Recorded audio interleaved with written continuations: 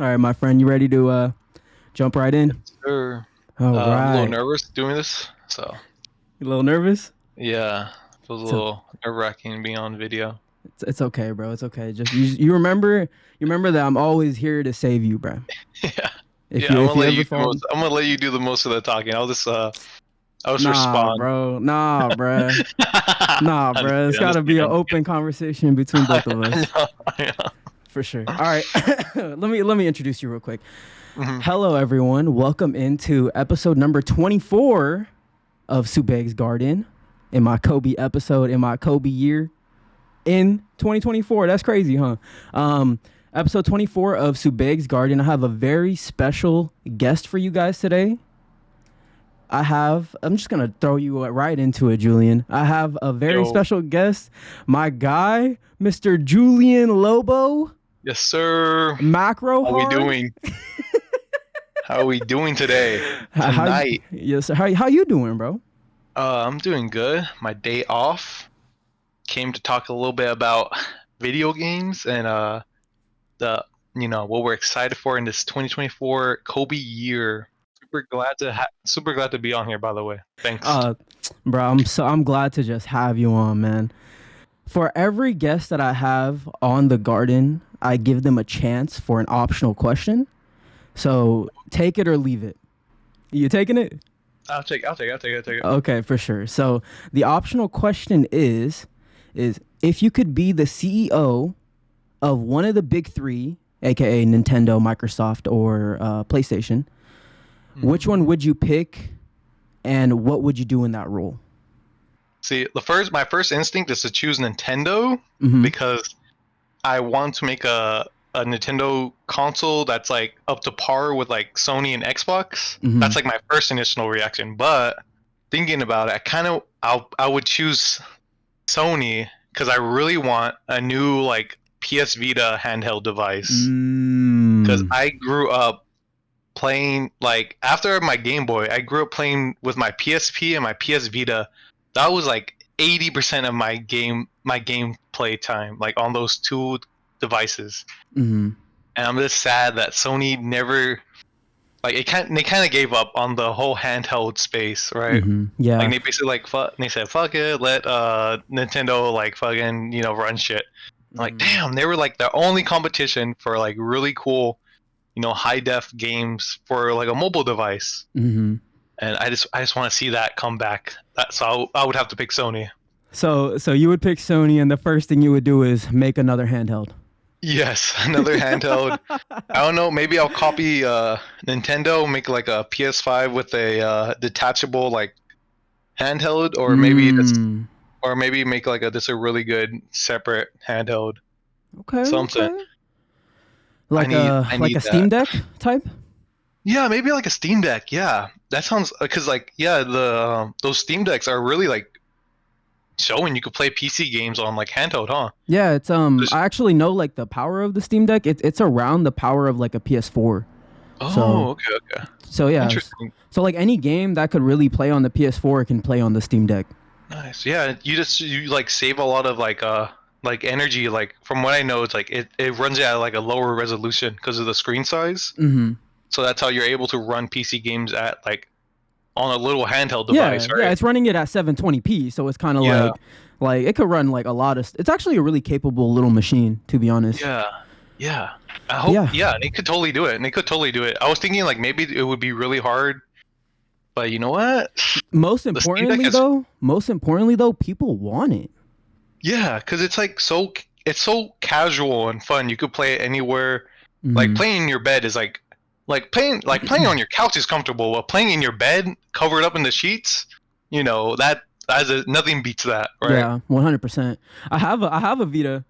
I don't know if you know Yeah. that, but yeah, my Vita's just fucking like just over there. It's collecting dust, but I have one. Yeah, I have a Yeah. lot of physical games on it too. Yeah, same. That was my favorite console growing up. I loved it. Like I think I prefer my Vita over my PS4, even though, I probably don't use my Vita as much anymore. Yeah. Well, I mean, there's just more stuff to play on like other handhelds, and I don't think Yeah. Sony's even supporting it anymore. To be No. honest. Oh, they stopped supporting it Yeah, years ago. yeah. No.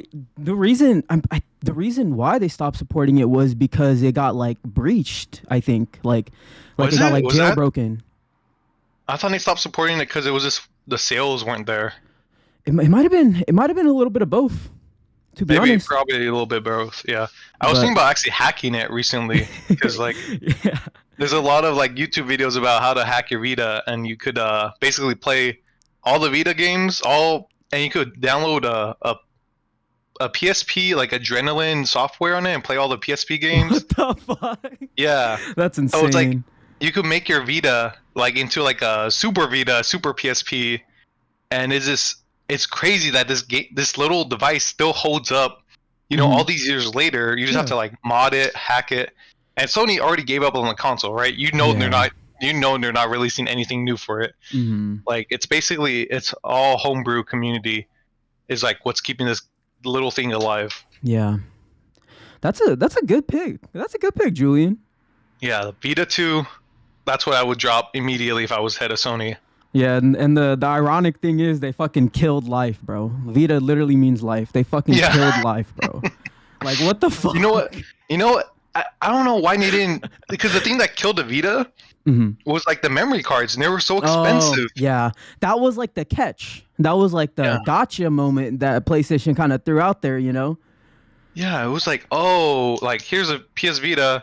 We're gonna charge a reasonable price for it. I think it was like what, like $200-$300. It was $299. Yeah, it was $299. It was $299 for the 3G model, and then $249 for the just regular model, and then like Oh, okay. the memory card was like fucking Like there was 50 a free bucks. 4 GB, right? Yeah, well, yeah, it just depended on what you got.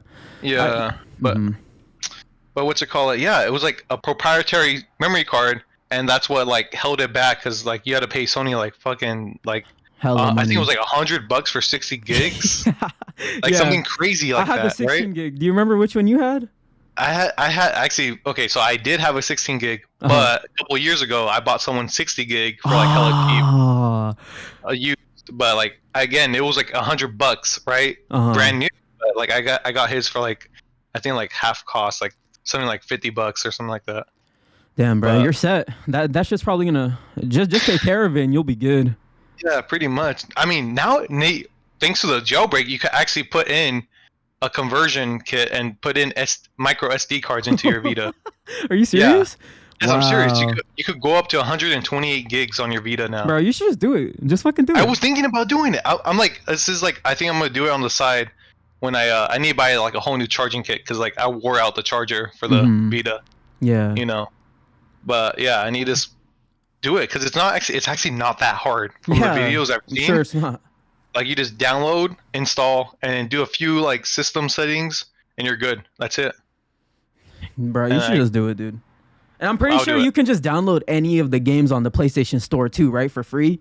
Like that's one of like the that's what happens jailbreaks. when you jailbreak it. Yeah, when That's you jailbreak crazy. it and hack it, you'll be able to play all the Vita games, and then you'll download another software that lets you play PSP games. Bro, they ported some of the best games to the like. I think the Ratchet and Clank trilogy is on there. The Jack Yeah. trilogy is on there. The Sly And Cooper trilogy we is got on Metal there. Gear Solid trilogy on there too. Yeah, the Metal Gear games are on there. I think the Yeah. PS1 classics are even on there. Yeah, Like, they are. They like- are actually on like there. the OG Final Fantasy games are Yes. on there and shit. Yes, they are. They are. Bro, like that's it's crazy. like it's literally like an old school like handheld Sony device. Like if you ever want to play all your old school Sony games on the go, like the PS Vita is like clutch. It's like there. It had so much potential. The fucking PlayStation execs right now are just listening to this hella Yeah. fucking mad. Just like Bro, the fucking assholes. PlayStation execs, if they hear the word PS Vita in their brain immediately like goes CTE? somewhere else. Like they get Yeah. triggered. nah, it's like the word doesn't exist in their mind anymore. All right, that's how little they care about the Vita. Yeah. The crazy thing was the like indie devs really carried like the lifespan of that console. Mhm. Like One of the best games that came out on it was like Gravity Rush. bro, that's crazy. That game was my favorite game on the Vita. yeah. It was up there with the Uncharted one. On the Up Vita? there with the on the Pita Pocket. No, I'm just kidding. yeah, the Pita Pocket. I'm just fucking around. It's so good. Like they ported it over to the PS4. That's how good the game was. Yeah. Right. Like they took a Vita game and made it into a PS4 game because it was like that good. That Gravity Rush 2 is actually one of the games on my backlog. Side note. Yeah. Yeah. I haven't played it yet, but I'm gonna play it now because like Gravity Rush Run was like. It's a really unique game. Yeah. Yeah. It's fun because they took advantage of like the whole gyro sensors in the Vita. Yeah. What's it called? The touchscreen, the back touchscreen. Yeah. Yeah, which dude, is the back kind of touch, weird, bro. But I guess so. I mean, if you have a front touchscreen, you might as well throw in the back touchscreen in there too. Yeah, that was an odd decision, huh? Yeah. I mean, I think they did it to make up for like not having triggers, but I have no idea. The best thing about the Vita was like perfect size. Literally, like the Switch. I love the Switch, but sometimes it's a little too big. Too big, yeah. It's too like I get it's portable, but I ain't putting that in my pocket ever. Right? Like I'm carrying that in a separate case. I'm putting that in a backpack. Putting it in a laptop case. Right? Yeah. I can never put the Switch in my pocket unless I'm wearing cargo pants. Yeah, it has to be in like a backpack for sure. Yeah, it has to be like you have to be wearing either big cargo pants, cargo shorts, or separate thing. But the Vita was like literally a handheld, like a true handheld. And it was comfortable to hold too. Yeah, it was so smooth. Also, like it felt premium, right? It was all glass, all metal. Dude, that thing was durable too. It was durable. Yeah, yes, it was. It was a tremendous build quality. Like like it felt premium. It felt like I was holding like an iPhone like 4, right? Yeah. Where it was all steel, all like glass. Like it was OLED. It launched with an OLED. Yeah, OLED screen. Like the Switch didn't get an OLED screen until like what, a few years ago? Yeah, 3 or 4 years into its life cycle, bro. The Vita was like ahead of its time, bro. Like 100%. The first one, oh my god! Like I wish they just kept supporting it, or it's like so much potential. Like now all you get is the PlayStation Portal, bro. Yeah. Oh my! Don't talk to me about the Portal. It doesn't even work outside your house. You know what's crazy, bro? You know what's crazy? PlayStation fans are really capping for that shit, dude. Like if you go on Twitter, like they'll really be like capping for it. Like they'll say it's a really good like piece of like machinery. But it's like, bruh. No, I mean maybe it feels good in the hand. Device. It's a cloud streaming device. Yeah, a cloud streaming device that doesn't even work outside your house, right? Like I think it works. I think it works if your PS5 is like hardwired into Wi-Fi. Yeah, and like, exactly. And you're also on Wi-Fi. Like I think that's like the ideal like scenario for it. Yeah, I mean, but like you would want it, like in the airport scenario, right? You would want it like in a place where you're sitting down, like a coffee shop. Yeah, exactly. Whenever you have time to just play, you want to just be able to, Yeah. Fuck. That's crazy. I don't know. They might do it. I mean, people also. I mean, maybe we'll get inspiration from the Steam Deck and all these new like PC handhelds that actually like do it. Can I throw something out there real quick? Yeah, go. All right, what do you think about Microsoft turning the Series S into a handheld? The Series S? Yeah, them turning the Series S into a handheld. What do you think about that? I mean, go for it. I've never seen Microsoft isn't really known for handhelds, right? They're not. But they partnered with ROG Ally. Have you heard of that device? Yeah. I've seen it. that's partnered with Xbox, and they're actually trying to make Windows a little bit better on touch screens. Finally. Interesting. So there's like theories and like rumors right now. There's nothing real like solid, but people are saying that if Microsoft could turn the Series S into a like handheld machine and then kind of carry that forward as like they're obviously gonna put out a next gen console, right?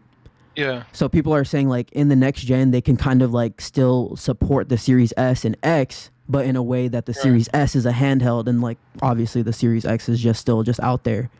Okay. When you say turn it into, you mean like have the same power level, or actually like take a physical? Okay.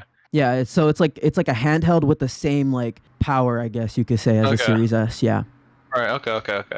Would you be into that or no? I would like to see them. I would like them see them try that, right? I would like to, because I love handhelds, right? Mm-hmm. Like handhelds are like nice and cozy, and always fun to play with. Yeah, please do it, Microsoft. If you're listening to this, don't give up.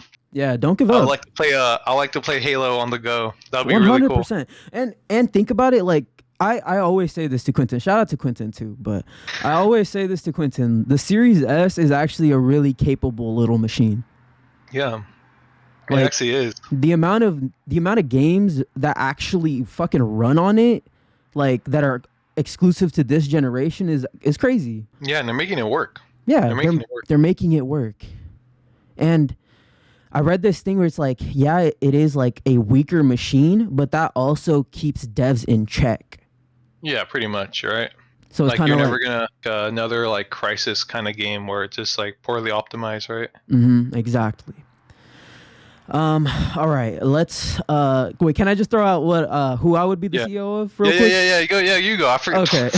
Got a little passionate right there about the Vita. 100, no, the Vita's a great console. It's But, so good. Yeah. It makes me cry and they gave up on it so quick. Like it had so much potential. Yeah, and they pretty much just said like, here, Nintendo, y'all can just have this space for yourselves. Like, are you fucking stupid? Like, Yeah.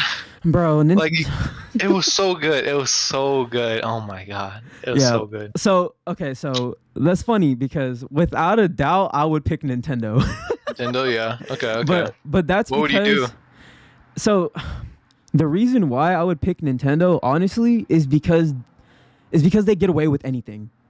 So it seems like no matter what decisions they do make, they will not get scrutinized for it. Like truly scrutinized, like how Xbox gets scrutinized pretty much. Yeah.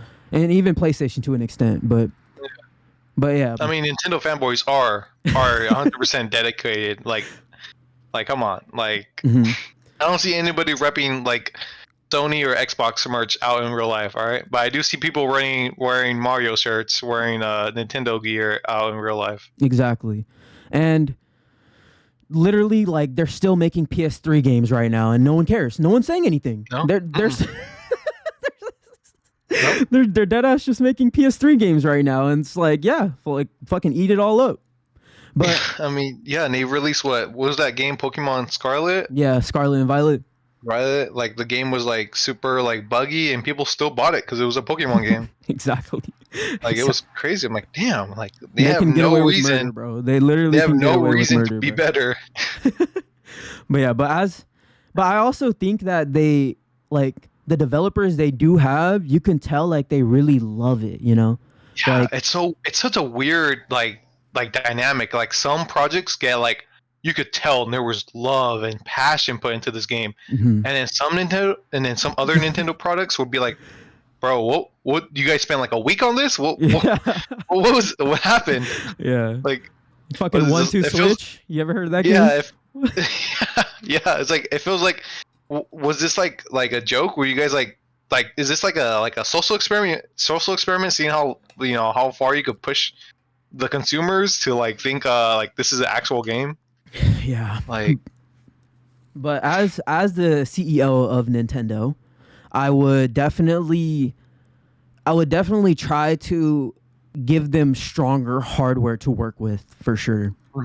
Like I know the next Switch is gonna get announced soon, and it's gonna get released either this year or next year, sooner or later. But like the leak specs, like yeah, it seems like a capable machine. You're calling it this year? Yeah, it's probably gonna come out this year. Interesting. Okay. I'm assuming they're gonna either target it in September or November. Yeah, it's always the Christmas season. Yeah, right? one or the other. And they're gonna be going up toe to toe with PlayStation with the PS5 Pro too. Oh, really? It's gonna be the first time that Nintendo and PlayStation kind of go head to head with each other. Yeah. Oh, yeah. I just looked it up. The Switch came out in 2017. That's 7 years ago. Yep, it's ready. It's go time for them. It's about time for. Yeah, it is about time.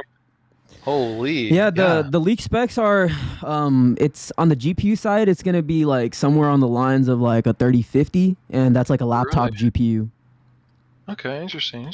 So it is supposed to have DLSS, and they do work with NVIDIA. So it's like they do work with that side of the hardware spectrum. And like PlayStation and Xbox, they both work with AMD. Yeah. That's interesting. Yeah, so it is going to have the better AI upscaler as opposed to Xbox and PlayStation, because they have FSR too. and Okay, okay. what's it called? The Switch is gonna have a DLSS 2.0, I think. Yeah, it's gonna be. Hopefully that will help them like for real, like stay like relevant, like Yeah. be able to post out games that look just as nice as the competitors Hmm. without like people saying, well, it's a Nintendo game, like you're playing it for the fun, right? And Like instead as the it's like, oh, it's a CEO, Nintendo game, right? It also looks good, right? yeah, exactly. As the CEO, I'm also gonna be on fucking Demon Time. Y'all gonna have to rebuy all your games. No, oh no.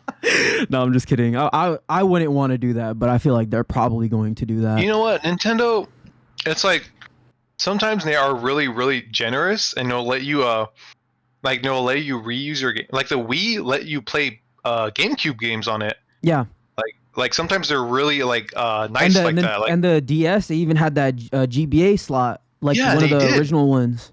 Yeah, and like no matter what DS you were on, DSi, DS, 3DS, right? Hmm. All the same like little game cartridges worked on all of them, right? Yeah, same thing with Like the Wii and Wii U too.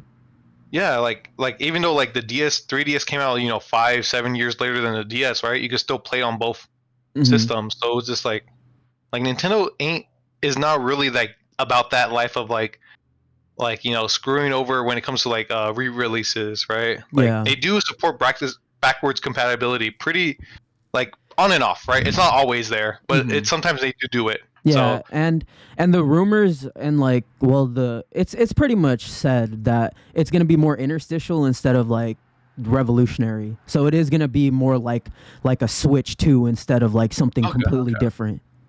yeah, yeah, Like yeah. they're Hopefully, keeping with the gimmick of it being a handheld console hybrid. Like okay, that's gonna okay. be the same gimmick pretty much. Yeah, I mean, yeah. I think that's yeah because I think they are probably learning from like the Wii U lesson, right? Yeah. When they went from like the Wii, which was like a party machine, right? Like a movement like game console, Hmm. to like a Wii U, which was like a tablet, semi-tablet machine. Like it kind of turned like I don't know. It was like too much change for people, right? Like Yeah. the people who Well, were I remember even back then that people just thought it was like an attachment to the yeah, Wii. people like I thought it was an accessory, like because they Yeah. had the Wii and then Wii U. I'm like, oh, it's just another tablet for my Wii. Hmm. Okay. Yeah. Consumers were confused. Like. Yeah. I mean, when you use the exact same, word in both of them, right? Like Wii U, Hmm. like it's super easy. Uh, But yeah, that's what I would do. I would be the CEO of Nintendo mhm, mhm. because it just seems like the easiest one. But they also kind of stand on their like morals, like they don't they do business how they want to do business. They don't follow Mm, industry trends. true, true. They stand. I mean, that's how they stay competitive. Really, that's their edge. Exactly. Like instead of like trying to compete with like who has the better graphics for the lowest price. It's like, well, we're just gonna do some weirdo shit, right? Yeah.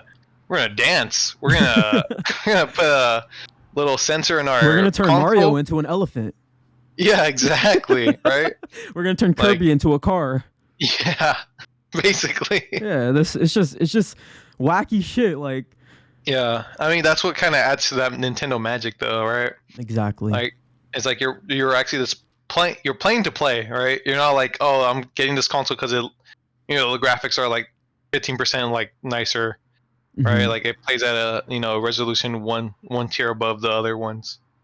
Yeah. Like you're playing a Nintendo console to play, right? Yeah, you're playing it to play video games. You're not playing it to fuck around and shit. Yeah. But yeah, um, there goes an. I'm really bad with ums and Oh, so you trying to work on that? I feel that. yeah, dude. I get so fucking annoyed when I hear it while editing. I'm like, bro, I keep on saying it. I keep on saying it. You should have an counter in each video. Take a And shot every time I say or you get fucked up. oh You literally no. like fucking blackout drunk. Yeah, I would not want to be no CEO of fucking Microsoft because I feel like that seems like the fucking hardest one. Because no Yeah, matter what, I feel like you're always gonna get scrutinized. that and like, damn, you have to like always play toe the line because you're competing with yourself, really, right? Like you're competing with your PC platform and you're also competing with your console, Hmm. and then like you're competing with Sony and Nintendo, but you don't really stand out, right? Sea of Thieves. Yeah, I guess Um, that's on PC though, no, that's on right? Xbox as well. Oh, is it? Oh, is it? But I'm trying to think of like Xbox exclusives, right? Oh well, Like, they don't got none anymore. right? All of their games come on PC as well. Oh, see, yeah, like that's that's like the hard thing about it being an Xbox CEO, because how do you get consumers to like think your console's worth picking up, right? Yeah. Like, there's no real like, oh, like this is like, something I can only do on Xbox, right? Mm-hmm. That's the hard thing about being the Xbox CEO. Like, how do you convince people the console is worth it? Like, it doesn't matter if your console's more powerful. You know, people are still gonna gravitate towards the PlayStation.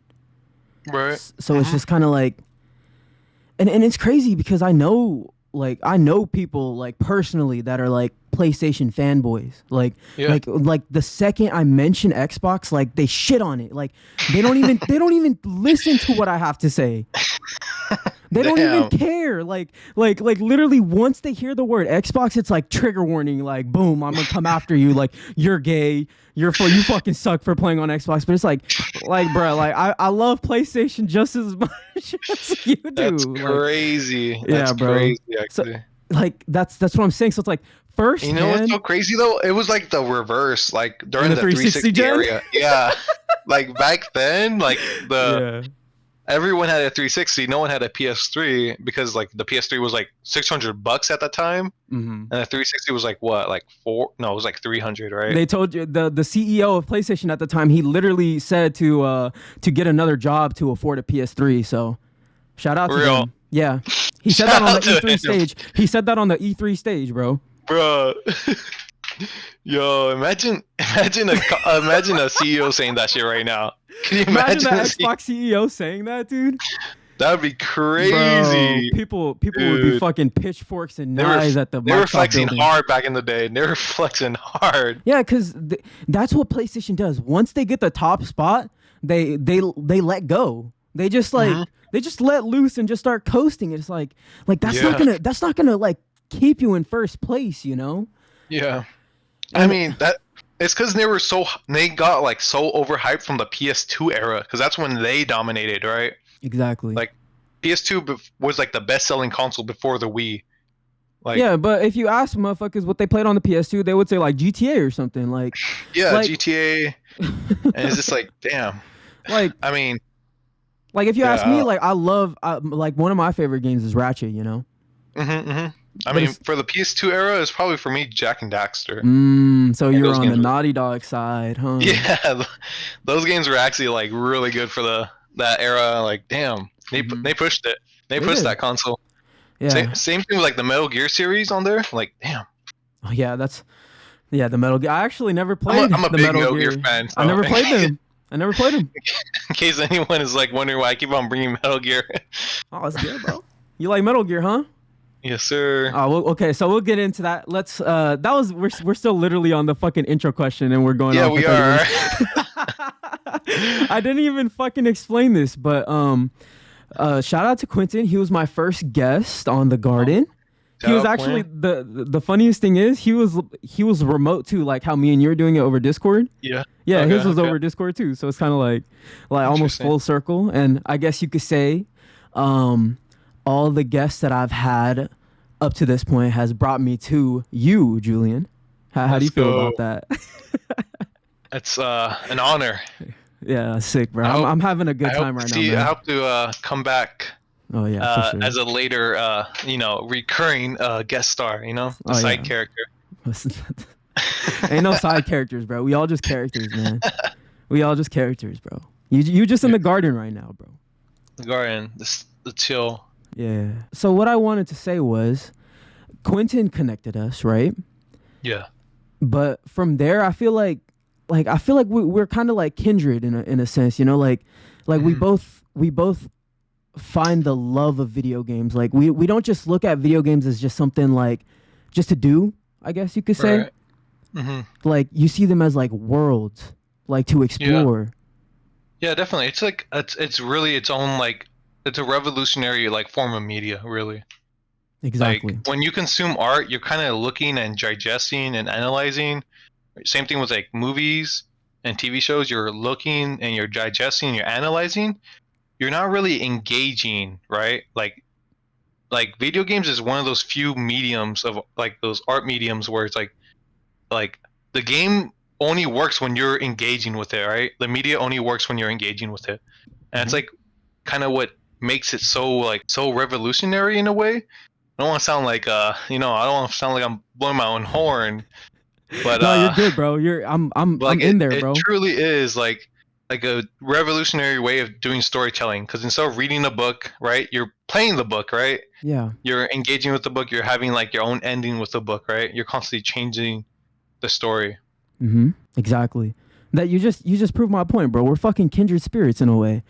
But I wanted to talk about the pros and cons of PC and console gaming. That's like the main subject of our conversation here today, right? Yeah. But since it is your first time in the garden, I would like to, and we already started talking about our fucking gaming history. He's talked about the fucking Vita already. You said Jack and Daxter and stuff.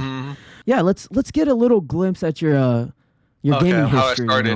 You know? Yeah. Like, which platforms did you start on? The ecosystem that you were on? Okay. So 5th birthday, right? Just came back home from like Disneyland, right? First time going to Disneyland. I actually got in a fight with Goofy because the bro stepped on my foot, and me being 5 years old, I took that personal. I stepped on his foot. Oh no! Almost got kicked out by Disney police. Oh but, no! You know, it is what it is. It ended up working out. So we get home. There's this little present on my on the kitchen table. My mom says it's for me. Turns out it's a red GBA, right? And then it comes with like Super Mario 3, and then Pokemon Leaf Green, right? Those were my first 2 games on my first console, right?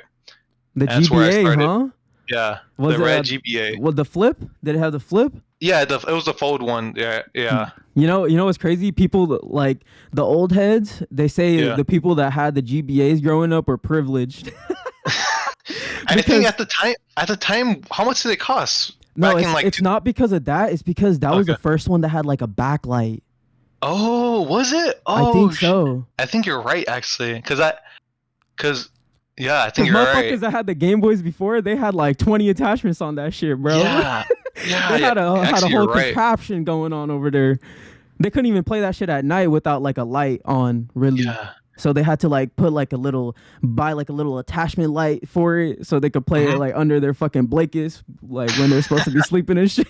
That's crazy. Yeah. Damn. Wow. Damn, bro. You started on the Game Boy Advance, bro. Like that. Yeah. So we had it like better than a lot of people like growing up. We were in that point. Wait, I don't want to put it out there, but I am low-key. How old are you? I'm 24. Oh, I'm 24 too. We're literally the same age. What's your birthday? February 1st, 1999. First, coming up, huh? Yep. You're about to exit your Kobe year, huh? Yes, sir. Damn. It's all good. I'm July 28th. So, what's your sign? I think it's Aquarius. Aquarius. Okay. Interesting. Yeah, all right. Sure, it's that. That's crazy. So I also started on the Game Boy Advance too. Mine was Fire Red. Fire Red. Oh. Crazy, huh? Interesting. Well, okay. The real question was, who's your preferred starter? I picked the Fire type.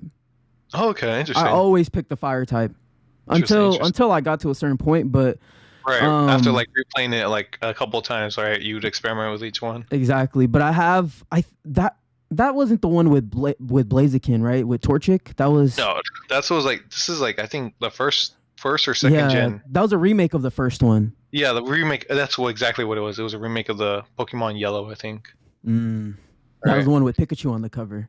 Yeah. Crazy. Crazy. But yeah, my favorite Pokemon is Blaziken, though, of all time. Okay, interesting. Do you have one? I think for me it's like Gyarados. I'm gonna be honest. Is that the water type? It is the water type. It looks like a dragon, but it's not dragon type. It's like yes. It's blue, right? Yeah, it's all blue. It evolves from Magikarp. Magikarp. Yes, that's honestly, I mostly like Gyarados because it starts off as like a weak fucking pussy. Yeah. Yeah, as a weak, like you have to like put this guy in your first your first what's it called, a row of Pokemon, and then swap him out so that way he gets experience. Yeah, Like yeah. You have to like you have struggle. to You have to struggle to get yeah, him he's to get level him struggling. up. Yeah, and then he like turns out to be like this beast, right? Late in Yeah. the late game. It's like, oh my god, I love it. That's why that dude in the show is fucking unstoppable. What's his name? Fucking Brock or whatever. Yeah, But I I don't don't want to think say Brock that. uses Gyarados. He uses the Onyx. That's the rock version. See, I don't remember like that. He had like a trump card, right? Was Gyarados Yeah. his trump card? No, it wasn't. He would But use Onyx. It oh, was like okay, I'm tripping. it was very similar, and they were both like, big giant snakes. Yeah. Basically. Oh yeah, the Pokemons are similar. What was his? Let me Yeah. actually pull it up since I'm Yeah. talking about it. Yes, Gyarados sir. Eclitis. Oh no. Yeah, no, this Pokemon is sick. And then there's even a red version of this one, shiny red. Yeah. Oh, okay. I think that's like his like shiny version. Yeah. Okay, that's cool. Yeah. At least that was my favorite growing up for sure. Maybe now it's Gyarados. probably like, I don't know. I would have to replay a Pokemon game. Yeah, if I do play a Pokemon game, I'm either gonna emulate it or I'm just gonna go back and play the old ones because I ain't playing no fucking 24 FPS piece of shit. Yeah, it's crazy. Like what happened? Like Pokemon should be like an easy game to like make sure it gets, because it's not like a shooter or like a event, like a 3D adventure game, right? It's like a strategy game. You should be able to like guarantee a stable frame rate. You know what's Right. a side note? But so the company that makes Pokemon, Game Freak, Yeah. they actually are partnering with a Take-Two brand private division for a game. So they're making a game outside of Nintendo. Interesting. Okay. Mm-hmm. Yeah. Didn't they already announce what it's going to be, or is it just like? No, it's just that they just announced a partnership. Okay. Okay. But yeah, it is interesting that Game Freak is like making a game outside Nintendo though, Yeah. because they literally are responsible for Pokemon. Yeah. Basically, like Pokemon. I think Pokemon's like a top grossing like franchise of the Yeah. world right now. Like And, it beats and out. it's crazy that people associate it with Nintendo, but it's really Game Freak. Nintendo's just the brand, like they're just a publisher really for it. Basically. But okay, so you started on Nintendo. Yeah. And then I went from a Nintendo console to like, I think the PS2. Yep. And Then then you hopped on the PlayStation bandwagon. yeah. Yep. Ever since then, went on to like a PSP. I played a little bit on my uncle's PS3. I never owned a PS3 actually, Mm-hmm. because that shit was actually expensive. No way I was gonna. Little 10-year-old me was gonna tell my mom, like, hey, can you drop $600 on this? Get a second job. Yeah, yeah. Can you drop $600 for this? The next PlayStation. Thank you. Instead, Yeah. my uncle, he would chill, right? I would play on his PS3. That's cool. Then I get older, right? It's high school. I already have like a little part-time job. Mm-hmm. Buy a PS4, and I think along the way I picked up like a DS.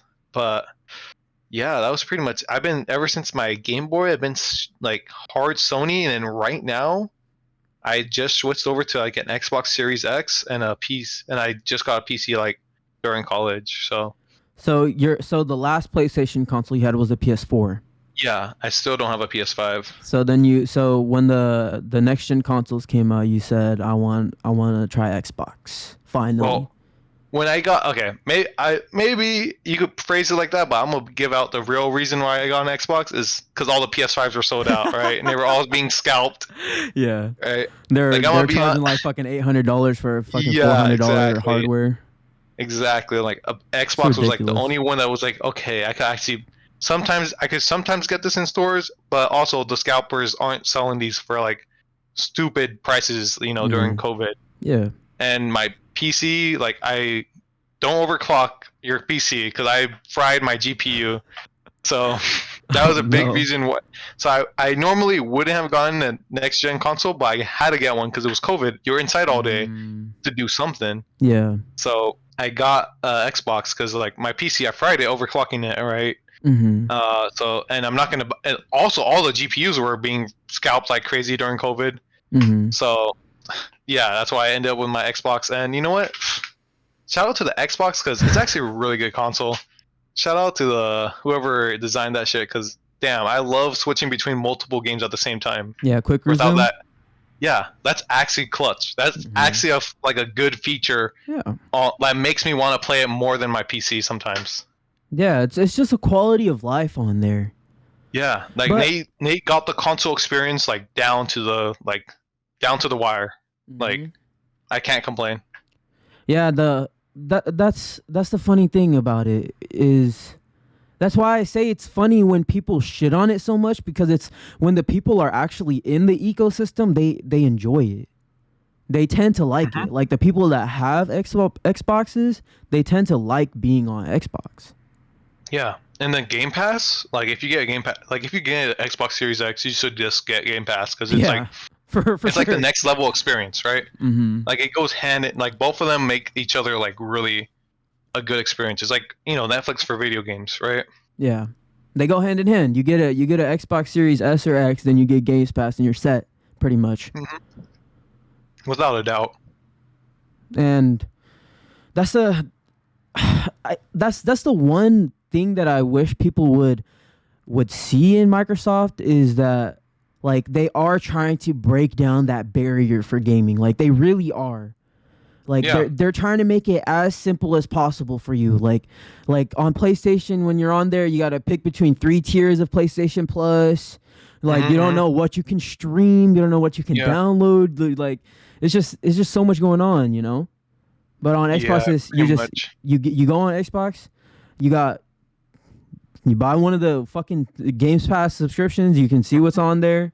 Like it's simple. You just download it. You can literally play the game front to back. I think if you buy Game Pass, like it gives you the like their online like web service with it too, right? Xbox Online, something like that. Yeah, well, they don't even have gold anymore. Oh no, they got rid of it? They completely got rid. It's literally just Games Pass now. Oh shit. Okay. So if you have Games Pass, then you can play online, you can play all the games. It's all there. And I'm pretty sure, I don't know if they're actually gonna do this, but I'm pretty sure Tim Stewart, that's the fucking, I think the CFO or something like that. He pretty much has said like they want to pretty much take away like the having to pay online for Xbox. Right. Okay. So Interesting. like they don't even want like that to be like, they want to focus on the service, right? Exactly. They want to focus on the service as opposed to like, oh, you have to pay online to play online. Like, it's dumb. Right. It is just it's stupid that you have to pay online. But we'll get to that later because I've written that later. And you know what's so funny? Like Xbox was the first one to do that out of all the consoles, right? Like before PS3 or the Wii, they didn't do that and they didn't charge you for the thing. But then the 360 did it, and then now Nintendo does it on their Switch, and now Sony does it on their PS4, PS5. Yeah, they were the ones that started it. But I would say that their service was better, though. Their service was always better. I never played on the 360, so I wouldn't know. No, you never played on the 360? No, I never had one. Yeah, so the 360 actually had party chat unlike the PS3. Oh, okay. Like you know how Discord is like we can be in whatever game we want to be in, but we can still talk to each other? It was like that on the 360. Wow. Okay, then that's kind of crazy. You would think that's like was standard back then. Every decision that Microsoft does, they're always so far ahead that people fucking scrutinize them. Like when the Xbox One came out, they had that was the main thing that was like getting scrutinized in the media, was that like Xbox One was going to be this always online machine, and the Kinect was going to be this always online like camera or whatever. Yeah, people were scared that the Kinect was going to be spying on them like 24/7. Yeah, but like look at like Facebook now, you know? Yeah. Like they're like all your data is getting taken anyways. Well, that and like the Kinect, I think it was like the camera was very simple, right? It wasn't like some crazy high def detailed camera. It was just a motion camera. So the Kinect for the Xbox One was actually really good. Oh, like, was as it? As a piece of hardware, yeah, it was actually the hardware. really solid. I thought you meant like the camera itself. Like, no, the camera quality. the whole everything. It was good. Okay. Yeah. Oh, interesting. It was solid. But that's what I'm saying. It was they were just too far ahead in their decisions, you know? And now look at it. All the system are always online. Like the PlayStation 5, you pretty much have to connect it online. You know, for the PS5 with the detachable disc drive. I don't really like about these new consoles. Like you have to sign in and like be connected to Wi-Fi 24/7. Like if your Wi-Fi is down, then well you're out of luck, right? Like unless you have the actual discs. Yeah, like too bad. Like you have to sign in into all these like external like game like websites, right? It's The like that on your publisher PC, websites. right? That's how it is on Yeah, PC. yeah. I mean, PC a little bit different because like there's a lot of different publishers. But it's like the same thing for like any like most like games nowadays. Because like if you have like a Ubisoft game, you have to sign into Ubisoft. Mm-hmm. Same thing with like I think Blizzard Games Yeah, does it too. EA, all EA games, you have to EA sign like on to fucking EA Play or whatever. On Blizzard, you got to sign on to BattleNet. On it's like fucking some yeah, it's really on like fucking CD Project Red games like Cyberpunk and Witcher, you have to fucking sign on to GOG. yeah, Like, it's like why do I have to have like 20 different like game like softwares in order to like just to play some video games? yeah, exactly. But It's hold on. Let's talk about when you started on PC though. yeah, okay. I started I So think yeah, 2019. okay. Yeah, I've been wanting a PC since like high school because all those YouTube Yeah. YouTube game the what's his name Vsauce Vsauce? was it and his friends. No, that's Bro, not who the Vsauce. fuck are you talking about, bro? I'm thinking the little Vsauce is owl, like the science guy. the owl guy, the owl head guy. Owlhead? Kai Cenat? Yeah, no, he has an owl head. I forgot his name. Who the fuck are you talking about? Hold on, You let me would look. play GTA a I'm lot. literally gonna type up Owlhead. I just got Owlheads, bro. Playing GTA. Chris? Damn. Vanos Gaming. There you go. I was thinking about Vanos. All right. Okay. All right.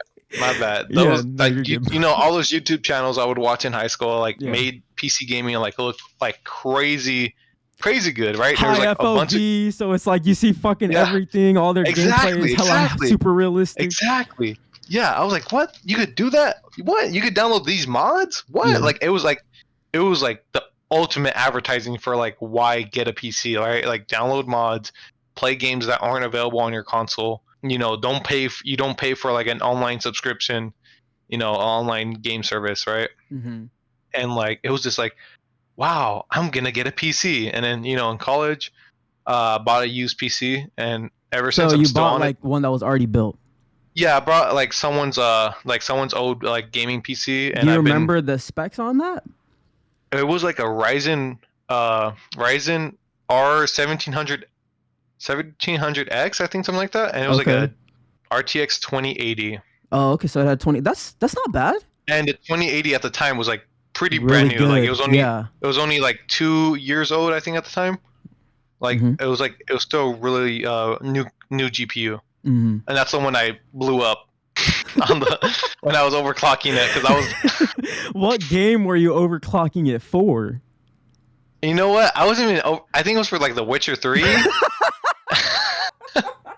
But I was just overclocking just to overclock because for some Bruh. reason I was getting dopamine hits from seeing the little green number in the corner go up from like, oh, you're getting 60 FPS to, oh, you're getting 100 FPS now. Yeah. It's like bruh, like like The Witcher 3 blew up my PC. All right, put that. That's crazy. Put that Wait, in so what? put that in the So what thumbnail. happened? It really The Witcher 3. The Witcher 3 blew up my PC. That's hella funny. Bro, I'm gonna in my thumbnail. I'm literally gonna put that profile picture of that dog. I'm literally gonna put that in my thumbnail, and then just put Thank the you. Julian episode. Quote. Put the quote. The Witcher 3 blew up my PC in Yeah, the little speed bubble. that's a good machine though. Like Yeah, it with was the a really good 2080, machine. that's a good Mhm. machine. Yeah, I got it for like $800. Came out. $800, Yeah, bro. yeah. You got a deal on that shit, dude. It was a pretty good deal. 100%. Because the GPU alone was like around $600 if you bought it retail. Yeah, dude. The 2080 brand new. So Yeah. you bought that machine and you've pretty much just had it ever since. Yeah, I've had it ever since, but I mean, I've been upgrading it, right? Mm-hmm. Like this kind of like the life cycle of a PC. You're always like well, I'm always keeping up to date with like new PC parts coming out, right? Yeah. Like if Intel or AMD's coming out with like a new like award show or product reveal, I'm always like, oh, what's this gonna be like, right? What are they Mhm. advertising? what's it like the performance gains, right, from year to year, from generation to generation. Wait, hold on. And So you got one in 2019. What was your first upgrade for it? I think I got a new case for it. It was the first thing. Okay. Because the case it came in was like this huge black like box case. It was it was like not a full tower. It was bigger than a full tower. It was like a server tower. Mm-hmm. Like it was huge. Like don't get me wrong, it made it look impressive, Yeah. right? But it was like an old school PC case where it was designed to hold like 16 like old school hard drives. Yeah. Right. Okay. And it was designed to like have a water cooled system in it, like those custom water cooled systems. Yeah. Man, I forgot what it's called. I think it's like a Cooler Master. But yeah, it was a pretty cool case, but it was just too big. Yeah, Cosmos 2, that's what it was called. You can pull up the image of it later in the Cosmos the Cosmos 2. It's a cool case. It was just too big for my dorm. Mm-hmm. And it what the fuck? I'm gonna pull it up here. It was just too big, and he came out with a new version of it too, which looks pretty I'm dope. looking at the new one. It looks cool. I see the old one right here, though. Yeah, but you could literally, it had like so much space, and it just like you could probably has fit like two the PCs. old colored cables too, huh? Yeah, you could fit like probably you could probably fit two PCs in there. That's crazy. If you really wanted to. You can rock two rigs in one rig. Yeah, exactly. Probably not good for your heat. Yeah, the heat in there probably melt your CPU, but you know what? You gotta save space, right? Yeah. Okay, anyways, so the first upgrade was the case. Yeah, I changed it to another Cooler Master case, the H500. The 500, what's it called, M, I think. Mm-hmm. Yeah, the Cooler Master H500. Really nice case. It just has two big ass fans in the front. Okay. I'm still using that case today. Nice. Okay, so then you got a case. Then what? Let's see. Got a case. I swapped out the water cooler he had. It was like a pretty old water cooler, and I didn't want to risk like it like spilling maybe, right? Yeah. It was like an old Corsair water cooler. Okay. So I replaced it with like another slightly newer Corsair water cooler. It was just like no frills, nothing. It was just like basic Corsair water cooler. Yeah. That was all like the basics, and then it wouldn't be until like a couple years later where I got like a new CPU. I think it was like AMD just came out with a new it was like an R7 3900X, something like that. Okay. It was a really nice CPU at the time. It had so many cores, so many threads. Yeah. Yeah, 24 threads, 12 cores. Damn. Yeah, I'm still rocking that today. And the great thing about AMD motherboards is like the same motherboard I bought the PC with is the same one I'm using today. Oh wow, okay. Yeah, like so it supported the CPU upgrade. Yeah, it supported like it was like 4 generations down the road, right? Yeah. Like it was like crazy. Like I didn't have to upgrade the motherboard at all, like to put in this new CPU. Mm-hmm. And that's all I think that's all I've changed. Besides the GPU, I replaced it with like a 3080. Okay, so you got the CPU and then you got the GPU upgrade, the 3080. When did you get that? I got that like early last year. Oh yeah, that was a good time to get it, dude. Yeah, when GPU prices finally came down. Bro, I was literally gonna get a 3090 Ti. I had a good price on it too, but I just didn't know if I could trust the seller. But it was like they only had like I remember they only had like 10 or 15 like reviews, but all the reviews were pretty good. Like they didn't have no bad reviews on it. This was through eBay, of course. Okay. But I mean, see, I get my PC parts through OfferUp. OfferUp, huh? Yeah, usually, but you always meet up in person though. So eBay, it's kind of like you're probably more likely, like it's probably easier to scam right there. Yeah, but nowadays on eBay there is ways, like they do try to protect the purchases. Like I've noticed that eBay does try to protect the purchases, because once I got like Ghibli movies, Mhm. And I got Ghibli movies through. Like the person that was selling it was like they had thousands of sales, Oh, and okay. they're good, right? But I got them, and I remember opening them up and I turned them around like the discs, and like the back of the discs were black. So it's like Wow. I was like this doesn't look legit, you know? Yeah. Like this seems like it's like copied, like the Right, movies right, were right. copied on here. So Oh, then like it was like, yeah, yeah, yeah. so then I actually messaged eBay, and they actually got me in contact with the seller, and the seller actually gave me a refund. Wow, So okay. it's kind of like they do protect the purchases to an extent, Hmm. but shout out because those movies actually worked perfectly fine. So Wow, that's pretty no, nice. but still, it's fucking illegal, you know. Like Yeah, yeah, yeah. that's hella funny. That's hella funny. Yeah. Anyway, what was I going? Oh, so you got a 3080, huh? Yeah, I was gonna get Mhm. a 3090 Ti. I completely whiffed on it, but my Yeah, my 3070 is still rocking and kicking right now. So I guess I'll yeah. just keep with it.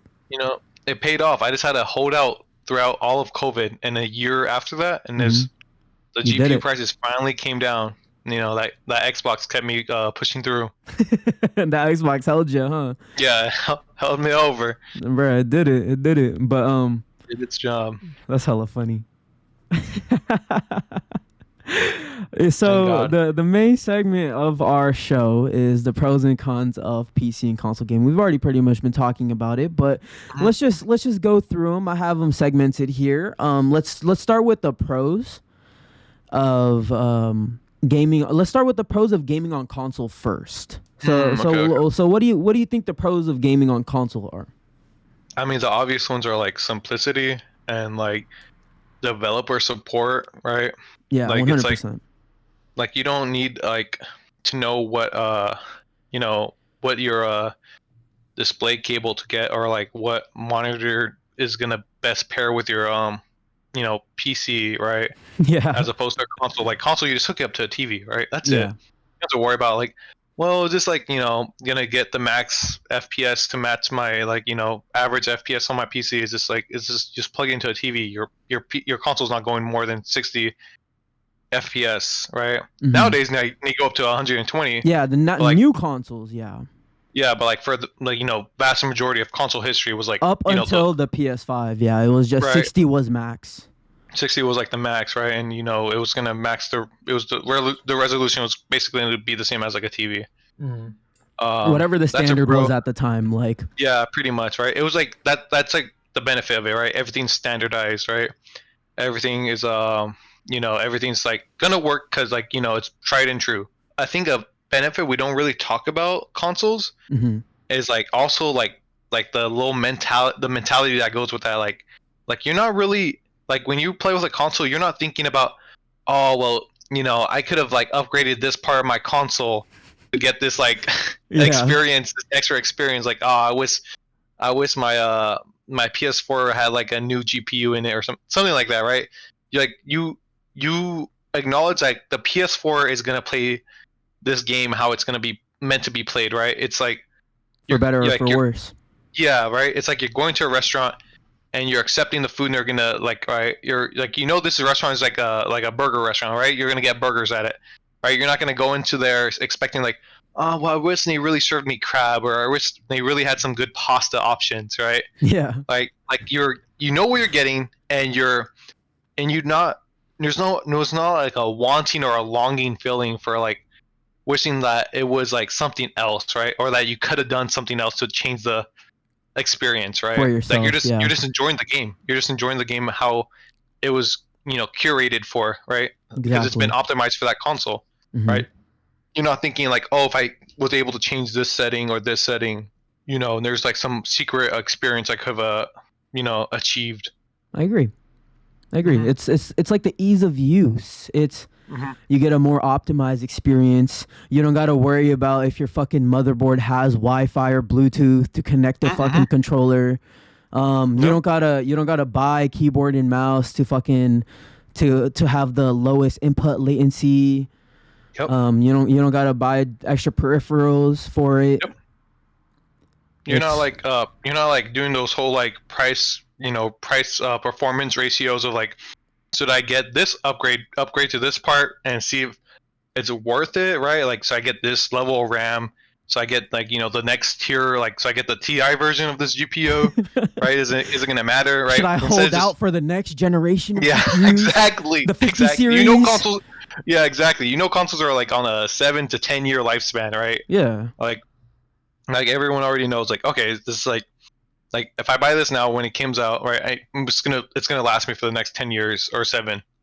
Yeah, I'm Like gonna be able to at least play something on it in 2026, 2027. Right, and games are still being supported like on the PS4, Xbox One. Yeah. Yeah. They literally put Hogwarts Legacy on the fucking Switch, bro. That is crazy. That's kind of crazy. Yeah, but it's not. I haven't played it, but I looked at a video. It's really like. It's not an open world anymore. They definitely like truncate the world. It's weird. Wow. Okay, that's interesting. Yeah, and then there's a lot more loading. Yeah. Yeah, but I agree. It's just you play it how it's played. Like everyone's the baseline experience. Everyone's gonna experience the same shit. You might be on a different TV that gives you more less input the lag TV is or the something. only variable, really. Yeah, exactly. Right. Like your TV might be like 4K 120 or 4K 60 or 1440p 60. Like it could be like one of those, but that's really it. Like we're all playing it at the same way. Yeah. I mean, that's probably it's also a big reason why like consoles get used in like competitive fighting games as opposed to like PCs being used in because like it's just optimized, right? Like everyone knows like this is where the the fighting game is gonna hit the same amount of like FPS, right? Like no matter what someone's console is using or like what settings you're using, is this always gonna be a targeted FPS, which matters in fighting games because like each frame is like tied to a move that has like a certain frame data. So like that's another benefit of like consoles. So, like it just makes like the competitive scene for some games and some tournaments like more standardized, more fair. Interesting. There is a lot of pros to console gaming. Yeah. Also like also it's like there's like a lot of like warranties on there. Like you don't have to like if something breaks in your PC, you have like 15 different warranties. You have to like go. You have to have the box too. You need to have the box too. Yeah, like you don't know what like it might be broken in your PC, but like if your PS4, PS5 breaks, you just send the whole console to like Sony, right? You don't have to like dig through like, oh, like it's my power supply here, power supply like manufacturer. Here's my PSU unit. Please give me a refurbished one or something like that. Yeah, exactly. You have to wait for for them to respond back and shit too. Yeah. Just for the one part. Yeah. Yep. Have you troubleshooting is just easier. This is a side note, but have you ever thought about getting a pre-built? Of what? Of PC? Like a pre-built PC? I mean, yeah, it seems it's like it's all about the value, like right, like like I'm kind of I like deal hunting. I like the like I know we're not there yet, but another fun part of PC building is like it's kind of like a little scavenger hunt. You're putting it together. That's what I find fun in it too. Like I'm gonna have to upgrade this PC that I built. Like I like that about it. Yeah, it's kind of like adult Legos, really. Exactly. Right. Exactly. Even though I still play with Legos, but like it's like Legos are for adults. Yeah. Yeah. Exactly. Yeah. It's like it's just like it's another like like so like it's like pre-built to really have to like stand out in value, right? So maybe I would get a pre-built if I got a good value. Tired. If I got like tired and had no more time to like play and build PCs anymore. Which is funny because during college I used to build and resell PCs. Oh yeah. Right? Yeah, I was like a big side job. That was my little side hustle. Side hustle. Back then. Yeah.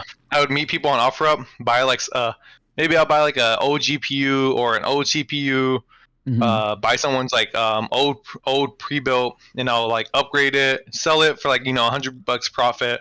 Yeah. And then like and it got me out of the dorms. It kept me exploring the local Bay Area.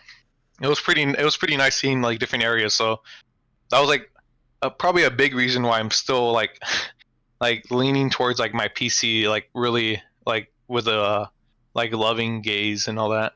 Yeah. No, when I built my PC, we're not even on the PC yet, but when I built my PC, I was so proud of myself that day. I was like, yeah, same. I felt like I was like, I fucking did it. Like Yeah. I didn't ask for fucking no one for help.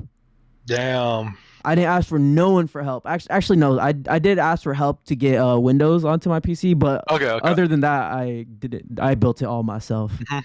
Cause like I needed Damn. I needed a flash drive with Windows on it. Yeah. That was the thing that shout out to Justin though. He hooked it up. Shout out to Quinn for letting me use his flash drive to install Windows. Bro, shout out to Quentin because earlier last year my PC was pretty much a brick and he helped me unbrick my PC. Oh. Yeah, bro. It's pause. Oh no. Unbrick my PC. But yeah, it didn't work. Like when I booted it up, it like booted up into this like a failure state almost. I don't even know how to fucking describe it, but you got the little sad face. Yeah. Yeah.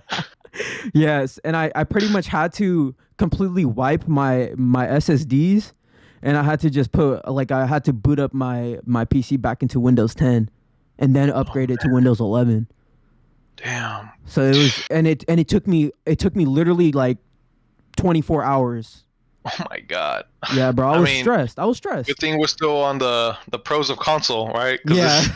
He's definitely a pro of consoles. You aren't installing Sony software to your Sony machine. Yeah. Or Xbox software into your Xbox machine. Yeah, you just update the consoles as they get updates. You update the games as they get. You don't have to update Windows every day. You don't gotta fucking update your drivers every fucking new game comes out. Yeah, exactly. You don't gotta worry about it. Like, this was all a big lead up to the biggest pro of consoles is updates and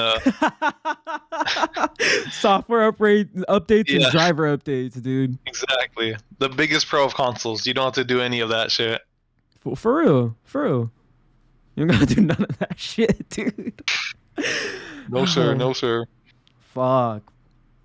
Yeah, that is pretty much the biggest pro of it. But let's go on to the cons of console gaming. Well, what do you think some cons are? Oh man, it's like the cons are probably like something like back in the day before the whole crossplay revolution was like, are my friends on PlayStation or are they on Xbox, right? Yeah. Or is it like, am I the one single dude who's on the Wii U, right? You're the one guy that's getting clowned like, bruh, he's still on the Wii. Yeah, exactly. Like, are all my friends playing the new Call of Duty on their PS4 or their Xbox One, right? Or am I alone playing Mario Maker on the Wii U? Like that's the con. Zelda Wind Waker, bro. I had a Wii U. I don't have my gamepad anymore, but I still have the console. So that Wii U is a brick too.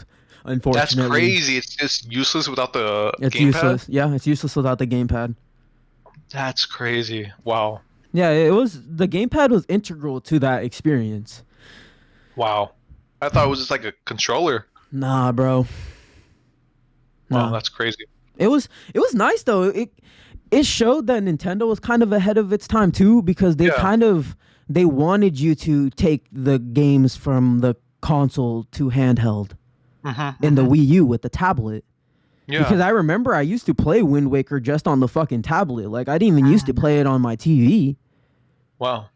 Like it was fully playable on the tablet and stuff. So it's yeah, the Wii U was a cool little console, man. I mean, the Wii U was like that, like step from the Wii to the Switch. Yep, that was their learning lesson. That was Nintendo's learning lesson. That was their missing link, basically. Right? Yeah, missing link. Shout out to Zelda.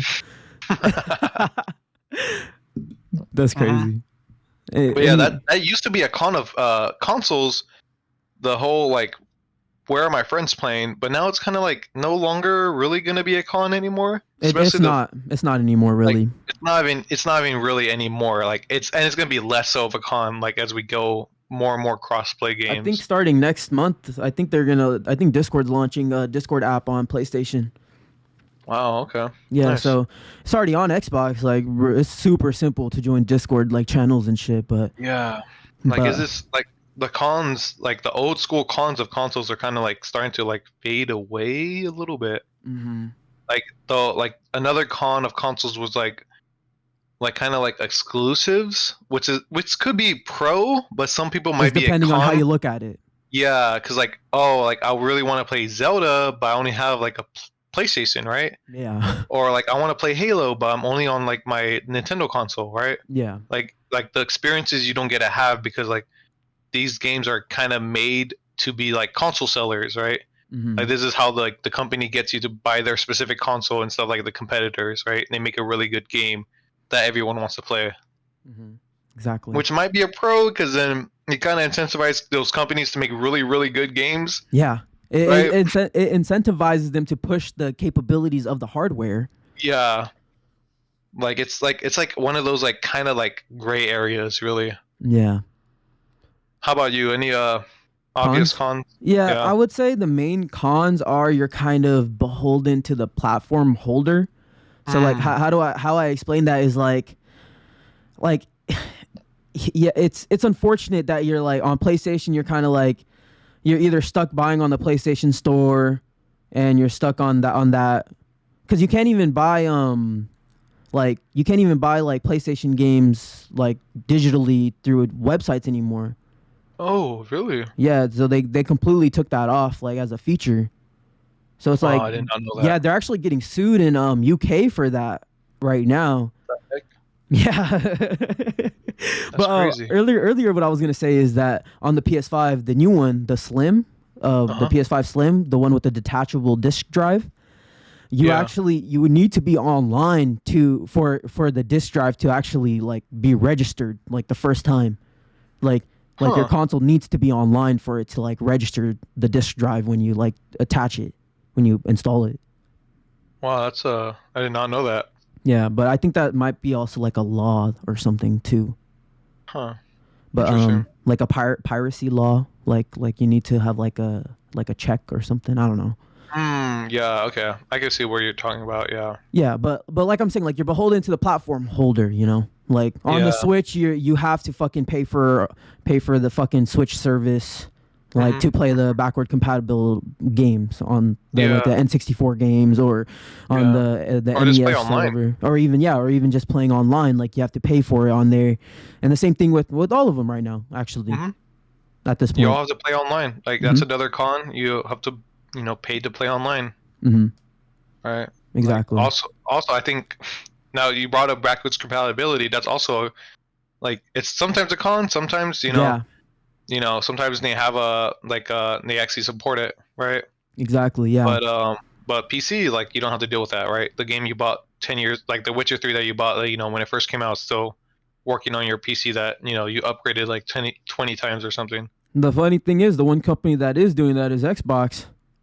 Oh yeah, huh? Yeah, literally all my 360 games, I only have like a few Xbox original games, but I put them all in there. They work. Like I could Wow. just play them. Yeah, I have all the Call of Duty games like MW the OG MW2. I can't believe I have to fucking say that. OG MW2, Black Ops 2, Black Ops 1, all those games. I threw them in my Series X. They fucking worked. Like Wow, no problem. that's actually really cool. Me and Quentin were playing OGMW2 like last year around this time. Like we were Damn. hopping into the servers because they fixed the servers for those games. What? Yeah, You're you didn't know that? You didn't lying. know that? I did not know Yeah, that. dude. Xbox when they were like finishing acquiring Activision, they went on the back end and fixed the servers for the old games. They're probably now Yo. fucking like hacked now or something, Huh. but but they were working perfectly fine when me and Quentin Damn. were playing them. Yeah, dude, all Dope. the games, all the old games. That's crazy. Yeah, Okay. dude. But That must like have I'm saying, Xbox. all yeah, they're trying to like keep the backwards compatibility like Mhm. alive, you know. Yeah, But but they're not I getting mean no love for it. that's something I mean, that's a con that you know that most consoles share though for like most consoles, right? Most consoles, yeah. Some, PlayStation some 5. consoles, yeah, like the PS3 supported like PS1 games, Yeah. the There was the one Wii supported. specific PS3 console that actually had PS1, PS2, and PS3. Oh, it was the first one, right? The fat one. Yeah, the OG fat one, because that one also, like, there was like a lid that had like a bunch of different ports for it too. Like that, Oh, yeah, it was. So the I funny mean thing that's why it is, cost it $600, right? yeah, exactly. They put so Exactly. much into it. That's why it That cost $600. yeah. I mean, yeah. Thank God. Yeah, you have to pay for online limited storage options. I mean, they're getting a little bit better on that, right? Yeah, Maybe the PS5 is actually really good with that. I'll say that. That's a pro for you can that. upgrade the SSD in the PS5, right? You can just throw it. It has to be a Gen 4, like a specific gen Right. onward. But yeah, you could just throw in any real SSD in there. You just screw it on. Yeah. You kind of do have to do it yourself. It is a little DUI project. Yeah, like, but it's nothing compared to like how the building a PS4 PC. was. Yeah. Or building a PC. Yeah. Because I remember I swapped out the hard drive on my PS4 for like a slightly bigger one, Yeah. and yeah, I mean, the little slim card is way easier than the big ass hard drive Yeah. from the PS4 era. 100%. But damn, I was gonna say they're getting better, but then Xbox is where I gotta criticize them Yeah. with those little memory cards, the proprietary memory cards on the back of the Xbox Series X. Yeah, in Why? theory it's good, but it just costs too much. Yeah, it's like they're repeating the same mistakes with the Vita. Vita, yeah. Yeah. It's because it's a proprietary storage option. Like it's Yeah. a fast because it is an SSD. I forgot what it is. I don't want to sound dumb here, but Mhm. because it's like a proprietary Yeah. thing. But yeah, it is expensive. I'll say that the prices are getting a little bit better for Yeah, and they're it. getting a But little bit better. I think they're starting to license it out. Like there's a new competitor now. Western There's Digital. Yep, WB Western Digital. Mhm. All right, and they came out with their own version of it, Yeah. and it's helping with the prices, keeps them lower. Yep. But yeah, I mean, for the most part, like even the Switch has like was it micro SD expansion? Yeah, right? it's super cheap. Super cheap. Yeah, those are super cheap. You can like, literally get like terabytes for like $30, if that even. Yeah, so like I would say like maybe that was a con of early consoles, but nowadays I feel like this expansion, the memory expansion, is probably like they're working on it. It's probably no longer not much of a con really, unless you're downloading terabytes of games. Yeah. Like, but besides that, for 99% of people, right? Like I think like the workarounds you have are really gonna do most of the job for you. Mm-hmm. Yeah, and like there's on all of them there's cloud saves and stuff like that, so it's like you don't need to have your games installed. You can fucking delete them. Your saves are fine. You don't gotta fucking worry about it. On PlayStation, you actually do have to pay for the cloud saves though. Oh, For I did not know PlayStation that. Plus, yeah, you do have to pay for the cloud saves feature on there. I'm learning so many little factoids and details I did not know. What the heck? You came to the Because I've been Guardian, playing on the Series X, and I just yeah. It's I automatic assumed, on there. It's automatic. I would assume like cloud saves were like standard, like it would be included in every console. No, it's not. You have to pay for it on the PlayStation side, unfortunately. Yeah. Wait, does the PS5 have the little was it like the Xbox? Have they like quick resume? So on the PlayStation, their thing is like activity cards. Okay. But it's not like quick resume. You can't have like multiple games open at once. Oh, okay. Yeah. Oh, that's interesting. Yeah. Oh. There's actually a lot of things about the PlayStation that are like not up to par in my opinion. Wow. Like the CPU is actually cooled by liquid something. Liquid metal. It uses liquid metal on the CPU. Interesting. And so yeah, that's one of actually the things that people are starting to experience is the liquid metal is spilling out from the encase and like the thing that it's being encased in, and it's spilling out into the motherboard and it's bricking people's PS5s. Dude, that's Yeah. crazy. So What the? but I'm pretty sure Sony has fixed that at this point, but I think that was an issue with the older PS5 models, like the newer the ones that were like just came out Wow. like at the time. I think they might have fixed that problem, but yeah, they were wonder saying if like that's why don't. they're- Oh, go ahead. I was gonna say, I wonder if that's why they're rushing these like new PS5 Pros. Maybe that's Maybe. we can theorize, you know. Like I Right. don't want to say that is the reason, but that could be a reason, you know? Mm-hmm. Like but another thing is that the PS5 it doesn't have this thing like it's like a gameplay thing called mesh shaders. You know what that Mhm. is? I know what shaders are. I don't know what mesh shaders. Yeah, so the PS5 it doesn't support like mesh shaders on a hardware level. Like they have to do it via software. Oh. So that's another thing that the Xbox has over the PS5. That it's like it has like the full feature set of when like the console came out. Wow. Like it has okay. the full like in quotes it has the RDNA 2 feature set. Oh wow, that Yeah. is just so weird. They both use the same like GPU. Their GPUs Like- are actually different. Oh, I thought they both used AMD. Yeah, they both are AMD GPUs, but they're like power levels. To put it Oh. in like basic terms, are like their GPUs are different power wise. Yeah, they are they are a little bit different power wise, but you know there's more PS5s out there, so that's what devs are gonna optimize for first, because Yeah. there's only one SKU of the PlayStation, and then they're Uh-huh. gonna focus on the Series S and X versions secondary. Probably, yeah. So Yeah. that's why games most of the time just look up like same. Like most of the times like the capabilities are same, but they're starting to get to a I point don't where know. I've been watching a lot of Digital Foundry. Yeah, from like what I could tell, like the Xbox experience is like less. Was it 1% lows, like less frame drops, like from the PS5. Like they both cap out the same, but like Yeah.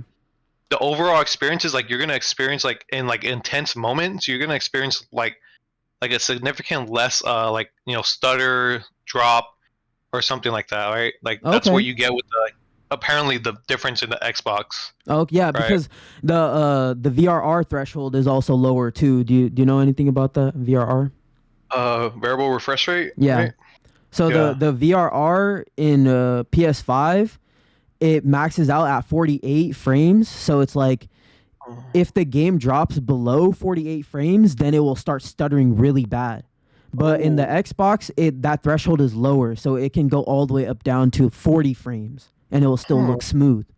Okay. Yeah. So it's like the That's good. threshold for the VRR is a little bit bigger, so that gives games a little bit better of like, it gives them more leeway to perform. I guess you could say. Yeah. I mean, you're just gonna like, you're gonna feel it's gonna feel smoother all the way through, right? Exactly. Yeah. You're not gonna have like those little like awkward hiccups. Yeah, I have all of the systems, so it's like I could speak on it like really well. And I see. you've played on all of them too, pretty much. Like you've played on PlayStation and you've Yeah. played on Nintendo and you've played on Xbox and you've played on PC. Yeah. Yeah. I don't know. I think I like each one has their own like pros and cons really. Yeah, it does. Their own. I like Nintendo obviously comes out with like their own like fun games that break the norms, like Just Dance kind of like blew up on the Wii, right? Like you're not playing Just Dance on the PS4 or the Xbox One, right? Yeah, exactly. Same with like the exclusives on the Switch, where it's like really sell the console by itself, right? Mm-hmm. But Xbox, they just got the whole console experience down to the note, right? Like that whole They're just missing the games. That's all they're missing, really. I mean, It's but they just- have Game Pass though, right? Yeah. like Game Pass is so nice, right? And you got Game Pass, and Game Pass might as well be a feature on the Xbox Series X. Yeah, Like, it is. It is. Like it might as well be a selling point, honestly. It really is it's a so- selling point. It's so nice, right? Mm-hmm. The value that you get from it. Yeah, and what's it called? The quick resume is just so nice because like I'm super ADHD, right? Like when I want to leave a game, it's so nice to switch to a game that tickles my brain the other way, right? Like Yeah. sometimes I'm playing like a strategy game and I'm like, okay, that's enough. I want to play a fighting game. Boom, Street Fighter 6 right open, like right next to it. I don't have to wait any load time. I'm just hopping on online in a match right there. Mm-hmm. Like it's like what I as a kid would have wanted as a console without knowing what I wanted, right? Yeah. Like let me just switch games instantly. No getting up to change the disc, right? Like is this crazy? Yeah, if I was 13 now and I had Games Pass, dude, I'd be fucking jumping for joy, dude. I'd be jumping on my fucking bed every fucking morning and be like, Mom, I got new games to play. You don't gotta fucking pay for shit. Yeah, it's like what GameFly wanted to be. Remember GameFly? yeah. GameFly. Wow, I think they're still going. Are they? I'm pretty sure you can still get game. Hold on, let me check this shit too. Yeah. Gamefly.com. Yup. Yeah. Wow. You can. Okay. That's insane. Damn. Bro, why go Gamefly and you just have fucking Game Pass? That's crazy. I mean, maybe if you're on a Switch, right? Oh, and yeah, you wanna, Switch. Switcheroony. or a PlayStation, right? The stinky Switch. Yeah. What you think the next Switch is going to be called? They'll probably just call it Switch Pro. Switch Pro? 2. Switch 2? I don't think. Super Switch? Oh, Super Switch! Yo! You want that? Yo, that actually is a good name. Yep, let's do it. Super Switch. They're for sure calling it that. Yeah, Super Switch. Because Nintendo doesn't use numbers. They always like using like a they don't unique use name. numbers. They rarely ever use numbers. The only time they use numbers was with the 3DS and the 2DS. Yeah, that's it. But like it was supposed to like tell you it was 3D. That's the reason they used the number, right? Yeah, exactly. Like that's the gimmick. That was the gimmick for it. Yeah. That's what I'm saying. The gimmick is usually in the name. Yeah. So it's like whatever. If it's still a Switch, then they probably will still use that name. Yeah. You know, if that is still the main gimmick, which I hope it is, because it's. What I hope most out of the Switch is that it lets you use your same like physical games on it. And it upgrades them and plays them better. Yeah. That would be cool. That's what I want. I won day one, right? I'm already there day one. I'm a Nintendo shill, bro. I buy whatever they fucking put out. Bro, I don't know why. I just love Nintendo. It makes me like back to when I was a kid, bro. Every time I fucking play their shit. I feel that. Uh-huh. It don't matter if it's running at fucking 22 FPS. It makes me feel like I'm a kid again. That's the feeling I'm chasing. Damn. I mean, you can't put a price on that, right? Nope. Can't put a frame rate data on that. You can't put a frame rate counter on that. Yeah, you can't put a frame rate counter on that. You can't benchmark that now, can you? Motherfuckers. Bro, I literally the day I built my PC, like I was on it, right? I messaged like someone that I don't really talk with no more. I'm not gonna say their name, but they wanted to benchmark they wanted to check my stats, bro. they wanted to check my stats, dude. I didn't give a fuck about any of that. They were doing the Vegeta. What's your power level? They made me like this. No, I'm just kidding. Yeah. Over they said check 9,000. his power level. They wanted, yeah, bro. I let him do it too. I was like, fuck it, I don't care. That's like one of the big issues in like PC gaming. Really. And then guess what? A few months later, he had a PC with like a fucking 3080 in it or 3090 in it or something. And I was like, bruh. I was like, wow, that's what you want. You want to just one up me, huh? Basically, right? It's like, damn, bro. Like, I don't care like that much, you know. Like, I just when I ask, I mainly just ask to see like what GPU people chose, you know, because I could like kind of understand the capabilities of them all. So yeah, because like you just want to see like the thought process like people put into like building their computer. Exactly, like it's not there to fact like the stat check, right? Like I'm better than you. It's just like what did you do with this like customization, right? It's like what were the choices you made, right? Yeah, exactly. Interesting. Yeah. And it also like, cause like when you make it, you kind of do want to know your like bottlenecks, you know. So like that's kind of why I was just kind of like okay with it. I was just like, you know what, fuck it, I don't care. Like you can shit on it if it's bad, you can praise it if it's good. Like I'm really just here to see like if my PC's good, and then from there I kind of like got really into it, you know.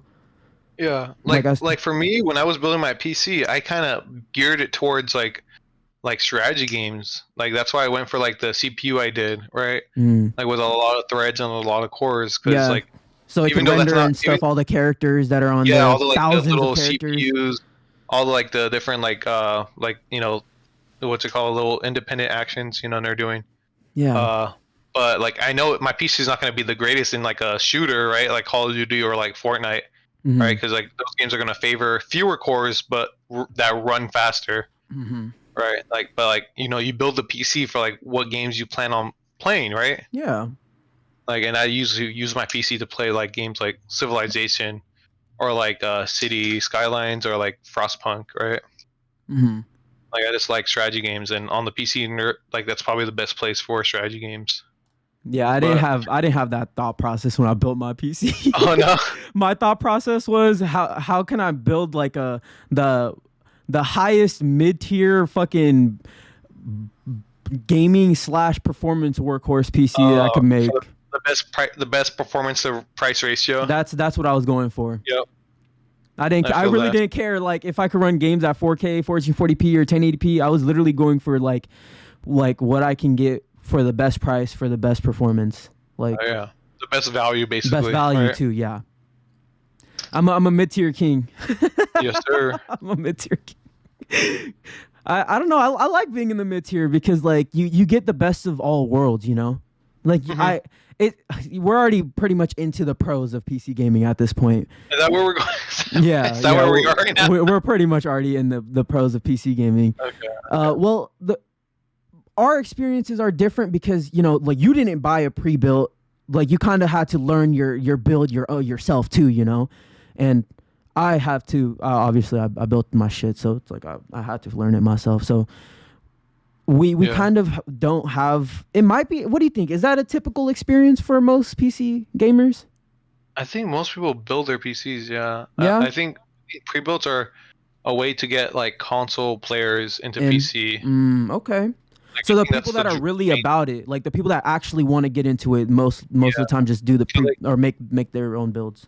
Yeah, because if you're like a PC, like if you're like us, where we're talking about PCs, right? You're basically a PC like hobbyist, enthusiast, right? Enthusiast. You're building your PC, right? If you're talking about PCs, you're building it. But like for someone who just wants to like play on PC because like maybe that's where their friends are playing, right? Yeah. Or maybe there's like some PC games that aren't on their console, or like they just want to play with mods, right? But they don't know anything about PC gaming. You just know when they want to play on PC, then that's what pre-builts are for, right? Mm-hmm. It's kind of like giving you the pros of a console without really the whole hassle of like building your own PC, right? Mm-hmm. Which to us is fun, right? The whole hassle is the Yeah. process is fun, but for some people they just want to buy like a console basically, right? Yeah. But it's like a PC, like Mm-hmm. that's what pre-builts really are for, right? So Yeah. it's to make PCs more like consoles. It's funny because I know someone that wants to buy a pre-built with the 4090, and I'm like, bro, what are you gonna do with a 4090, bro? Yeah, it's Like he yeah, that's literally just said he literally the only thing he told me was he's doing it for longevity. And I'm like, bro, 4090 is like a professional GPU. Like that's for Yeah. like filmmakers, bro. Like Yeah. like that's not only that, but it's like super expensive. Like, bro, yeah, it's literally you like ever a make $2,000 GPU. I thought you were gonna say PC. No, yeah, GPU alone is gonna be like $2,000. Yeah, no, the Jeep. I looked at it. I was looking at it on PC part picker. I was like, why does this idiot want to pick a 4090 for his first fucking PC? And he was like, first of all, it's like a pre-built. And I was like, dude, bro, if you could just build your own PC, you'd get so much better of a value, and plus you would just know. But like, I can't force people to do that, Like Yeah, I mean- if he wants to buy a 4090 and like don't even know like what. I mean, it's obviously like there's also like was it that sense of like filling where you have the best of the best, right? Yeah, that could also be the thing too. But Right, like that doesn't. I feel like that's you didn't really earn it though. Then I don't know if I'm being a gatekeeper at this point. Maybe, Being a maybe. gatekeeper. But I mean, that's why I don't know. Like this is like the kind of the little ugly side of PC building, right? Mm, like the whole like I gotta have the best of the best. I gotta be, future proof, right? I gotta make sure my PC's never gonna be out of date, Mm-hmm. right? Like it's kind of like that always that I don't want to say rat race of kind of always trying to have like the best PC possible, or like trying to always upgrade everything at possible, but like sometimes it could feel like that. Yeah, I haven't upgraded my PC at all since I Yeah. built it. I only put a SSD in it. That was the only upgrade I've done to it so far. Yeah. But I mean, yeah, it's so easy to go down that rabbit hole, like of yeah, just feeling like PC inadequateness. I don't know what the word would be for it. PC Like, inadequateness.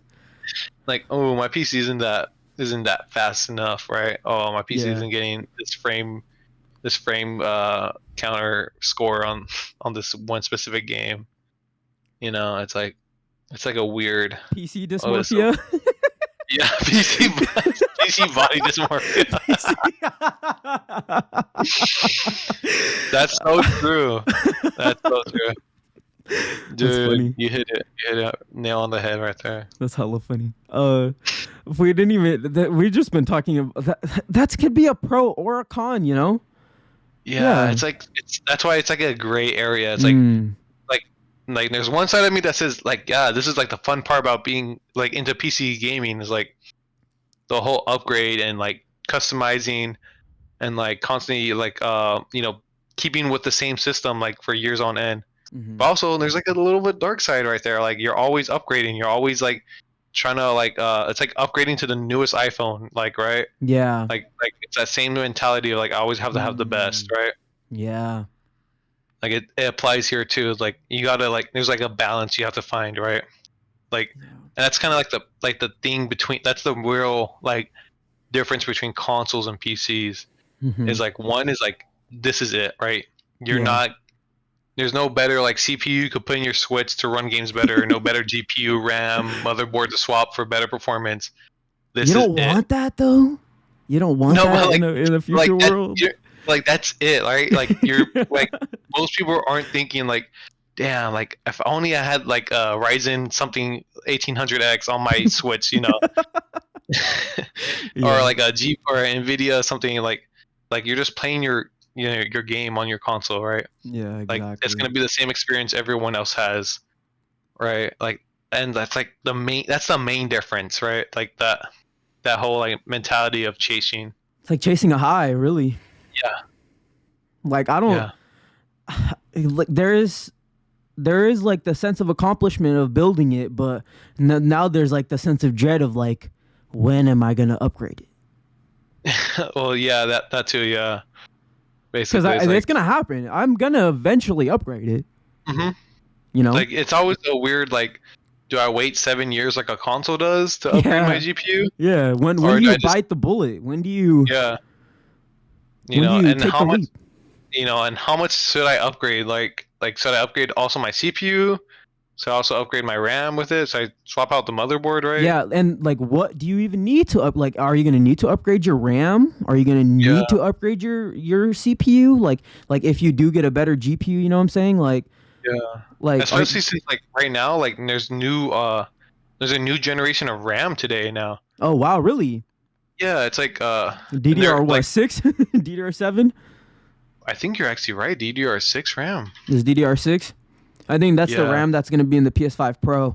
or DDR5. My bad. It's DDR5. Yeah, Oh, okay. basically.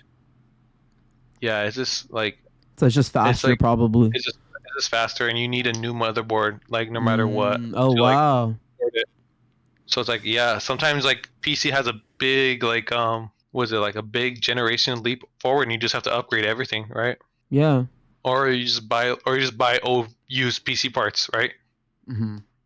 Right, that's another option, right? That most people don't talk about. Is like sometimes you don't have to upgrade your your T60 to like the next 3060. Sometimes you can just buy a T80 Ti, right? Mm-hmm.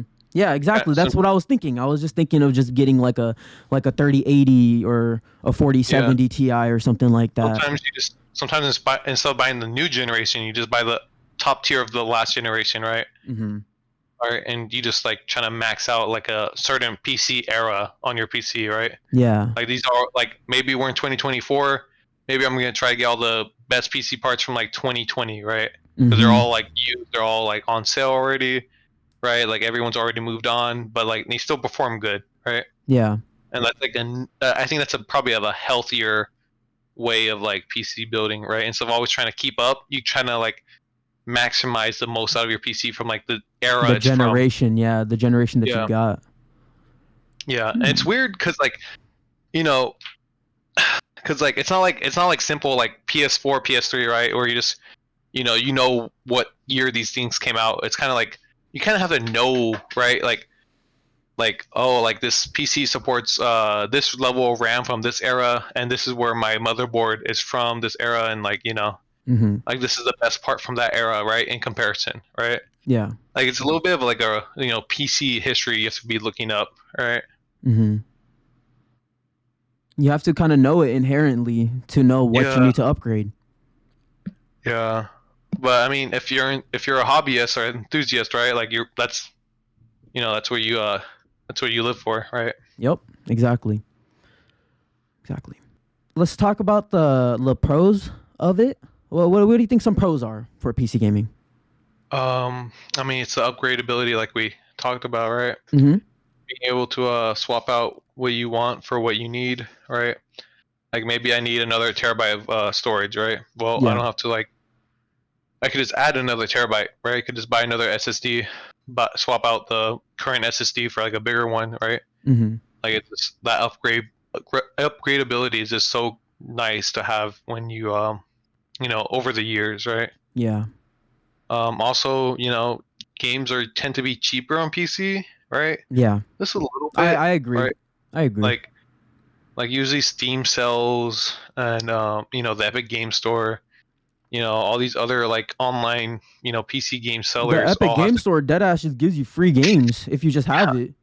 yeah. If you just have an account with them, you just get free games every now and then. Yeah. I mean, actually, every week. Yeah, every week, free games every fucking week. I literally have Yeah, like 40 games on my Epic Game Store account. I don't fucking play on her. Like yeah. I just redeem the games that they have for free. I'm like, that's fine. I'll take the game. Thank you. Yep. And I think homebrew community is also better on PC. Mm-hmm. Emulation is better on PC. Emulation. Yup. Like all that stuff where like if you have a dedicated fan base, like you're gonna get better content for that game you're a fan of if it's on PC. Yeah. Mods. Like, yep, mods, everything like that is like just better on PC. Like consoles try to do it, but like it's limited. Mm-hmm. It's very like bare bones. Like it's just it's not the same, right? Because I mean, Yeah. you have the whole mouse and keyboard and an actual computer to create your mods with, right? Yeah. If you're doing it on like the thing about PS4 and like other consoles, it's like you have to use a controller to like make your mods. Like it's just not the same. Yeah. It's a accessibility to the things inside. Like Yeah, you have access to the internet. Whatever's yeah, on the internet, you can fucking download. It's I yep, mean, make sure it's a legit site and stuff. yeah. Always double check. And then like you said, like the games are cheaper because you can buy like Steam keys.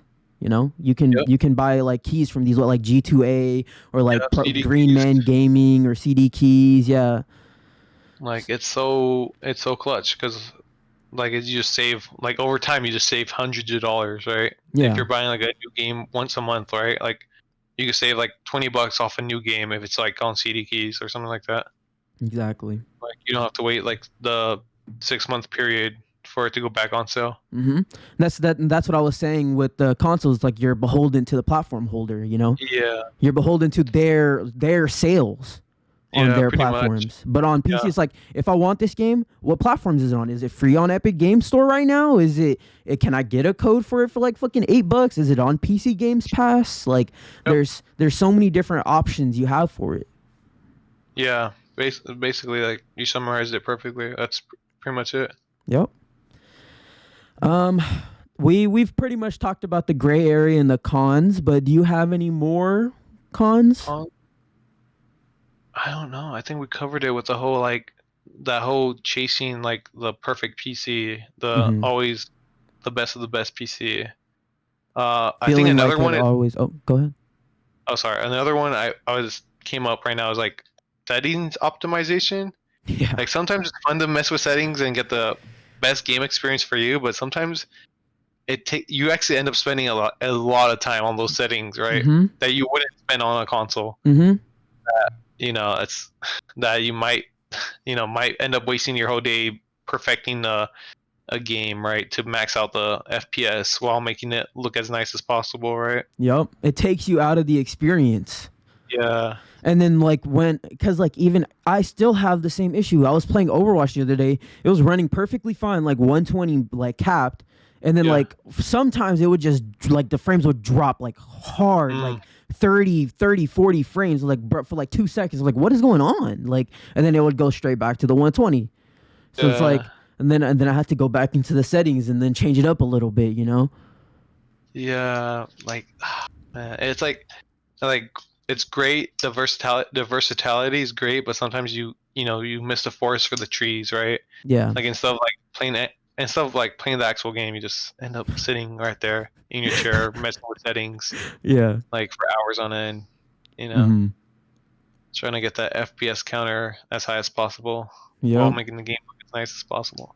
It does take you out of it. Like you lose something in the process. Yeah, Like you you might kind of gain frames. yeah You yeah might gain frames, but you lose like the soul of it. Like you lose yeah. the It's intent. weird. Yeah, it's like a weird process because like you know you're doing it for your own enjoyment, but Yeah. sometimes like you're losing enjoyment in the process, right? Hmm. Like it's like a weird like monkey paw Yeah, kind of it thing. is a Like, gray area. It is 100% a gray area. Uh other than that, you got any other cons for PC? yeah, I Think that have a yeah, no, that's really just it. Like the fact that just jumping into the settings, optimizing your games for the PC that you have. I Mhm. mean, it does get simpler as you start learning your PC, and it also is on the developers for having good like descriptions for the options inside the games. So it's like it's also on them too, you know, Yeah, to give you good tools for yourself, I guess you could say. yeah. Any game with a benchmark, shout out. Yeah, one hundred Like, percent, 100%. like if your game comes out with a benchmark, so I could like test the settings without having to play an actual like match or something. Yeah, Like, wasting thank your time, making you waste your time. yeah, thank you so much. Yeah, shout out, 100%. Yeah. Like it's also on the developers too. It's not just on the PC side, like on our side. It's also on their side. Hmm. But do you have any last thoughts on on all of console PCs? We talked about handhelds. Do you have any last thoughts on the Oh man, platforms? handhelds are like consoles, but taken to the extreme, huh? Yeah. They're like super personalized, but like also like you're playing with like the most like hardcore like restrictions ever for like a developer. Like you're playing with a bare minimum settings, Yeah, but you don't notice 100%. it. But you don't notice it because the screen's so tiny. Yeah. So handhelds are like are like the or like if like consoles and PCs are meeting in the middle, right? Like over time, like handhelds are like on the other side of the bridge, right? They don't care. Yeah. Like like they're doing their own thing.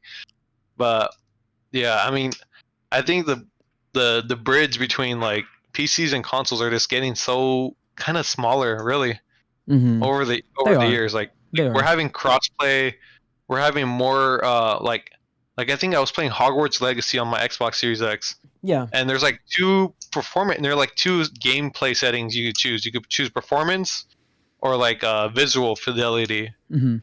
right? And it's like, Yeah. oh, okay, like you can actually choose which one you want. You want like 120 FPS, or you want like 60 FPS, but like better textures, better like special effects, right? Yeah, like better like density of grass, more foliage, more fog, stuff Yeah, like that.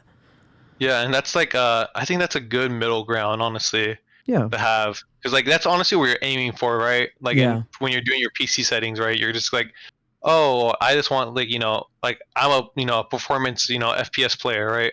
I want the best like frame data, right? Hmm. Or like, oh, I'm just like playing like my little adventure games, right? I'm solo, right? I just want it to look as nice as possible. Yeah. Like I think that's nice to have on consoles now. Like, and needs to keep doing that with more and more games. Yeah, giving you options. That is one thing they should take away from PC gaming. Like at least making your options simplified, in a Yeah, sense. yeah. Like have like little presets already. Like, oh, this this set of settings is gonna be geared towards FPS. As maxing out FPS. This is gonna be like maxing out visuals, and this is gonna be like our balance, right? Mm-hmm. But yeah, I think the bridge between that and I think now there's like more upgradability on on your consoles now. Like you could change out the memory more. Yeah. Right. Mm-hmm. Like yeah, it feels like the only thing consoles are missing right now is like being able to like actually like swap out your hardware, right? Yeah. That's the main difference. Like consoles are this hardware like stuck on their like on what they use, right? Like unless you're buying like a pro version of like the console, right? Mm-hmm. Like the PS4 Pro or like the Xbox One X, right? Yeah, Xbox versus One the X. right. Mm-hmm. Versus Like, the One S. Yeah, or Or like the Series S versus the Series X. Yeah, or like Switch OLED versus Switch, right? Mm-hmm. Like those are the really only upgrades you can make with your console. Yeah. But I don't know. Other than that, I think sooner in the future, probably like the next console generation, it's gonna be really hard to like tell the difference, right? Like it's gonna be down to like user interface is like gonna be like the main difference. Like oh, like I like this UI layout better, right? It's gonna be like cell phones, really. Yeah. Right, like or like cell phones are like very similar, but like it's gonna come down to like that user interface, like the like how they play. Yeah. That makes the consumer really like choose one over the other, until like someone does like the folding phone of consoles, right? Yeah, right? They completely change it up. I'm like, yeah. Ooh. Like, oh, that's spicy, right? And I think Nintendo's probably gonna do something like that. I think Nintendo's gonna get a lot of eyes this year because last year they in Gamescom they had like a closed booth, and in that closed booth they were showing off like the Switch successor. And really? They were showing it off last year, and it was reported. The reports are that it was running Final Fantasy VII remake at PS5 settings. Oh, like it was actually running the game at PS5 settings, like 60 FPS, like that's pretty good. Yeah, so just based off of the reports and the Matrix Awakens demo, have you heard of that? I've not. Yeah, so that game or that demo is on PS5 and Xbox. It's free. It's an Unreal Engine 5 tech demo, and apparently that was also running on the Switch successor as well in that little like Gamescom demo thing. Wow. Like it was like a closed off industry event, but like there's just like kind of rumors and like reports from it. Right. Okay. Yeah, I mean, hopefully it comes out good. That's what I'm thinking. I hope so, dude, because they need it, dude. They need the fucking power upgrade for sure. Yeah, because damn, you could really only play Nintendo games on your Nintendo console right now. Yup. Because it's hard playing a third unless you party emulate it on the PC. Yeah, basically. Yeah. Do you have any more? Any last thoughts? I think that's pretty much it, really. I have. Do you care about any of the PC Master Race people?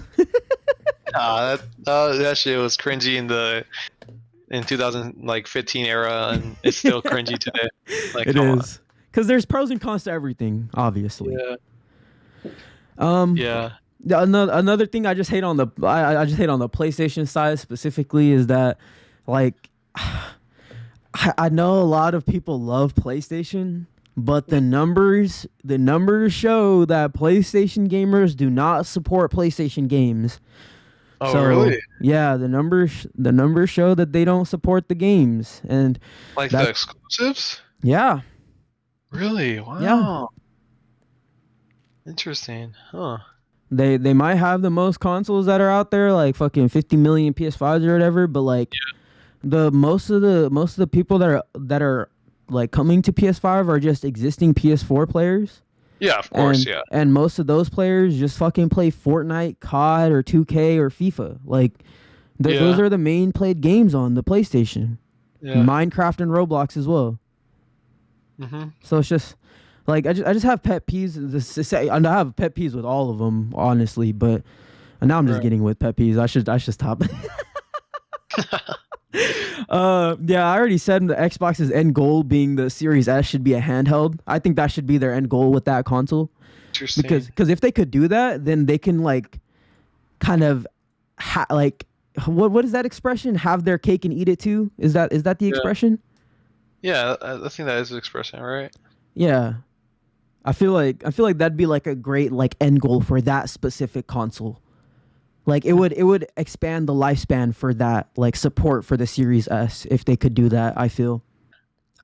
So that's the segment, the pros and cons of both PC and console. That went on for a long time, and Yeah. I don't want to take up too much of your time, so we can kind of go through this fast. But for every guest that I have on Subeg's Garden, I Hmm. do give them a chance to talk about whatever they want us to talk about. So, you can consider this Julian's segment Oh. before we wrap up into my last and final segment. Well, you got anything for us, my friend? Probably like I want to talk about handhelds Okay. and like their unique experience because Mm, handhelds are like like I said earlier, and they're like consoles but taken to the extreme because like everything is packaged like for a very specific niche experience, right? yeah. Like there is like the games you can play on a PSP are not going to be the same games you're playing on a DS. Mm, Neither are they. You're not going to be played on like a PlayStation 3 either, right?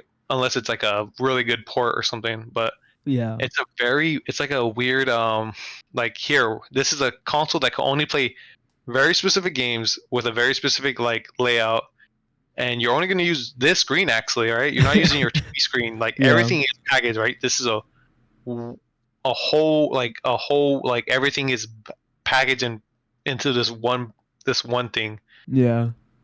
It's So it's even like it's even more like specialized in a yeah, console. yeah, that's what I'm saying. Like it's on that very end of the spectrum where it's like it's not there is no absolutely no Yeah, customizability. nothing you can do really.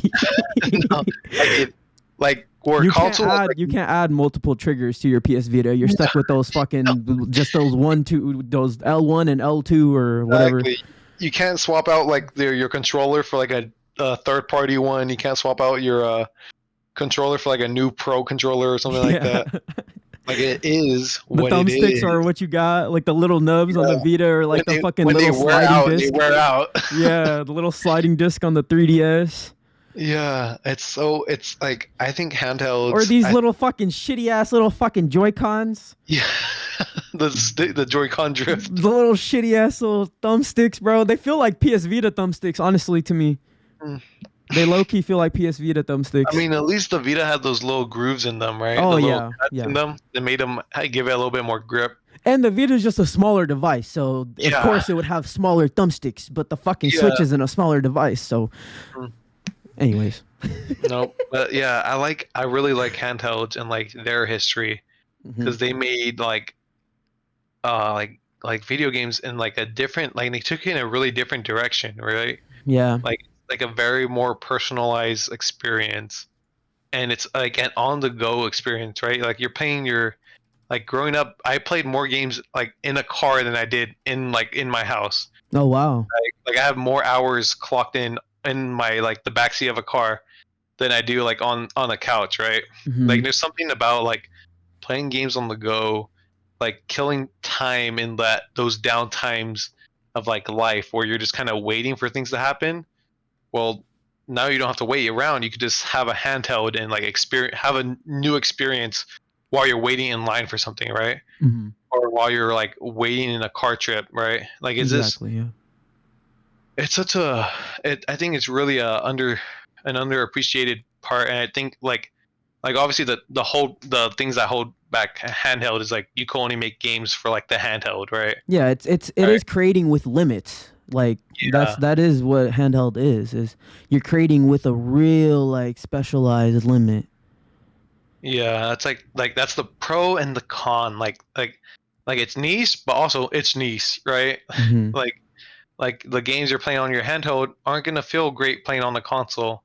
So like developers aren't gonna want to like put all their resources into those handheld games, right? Yeah.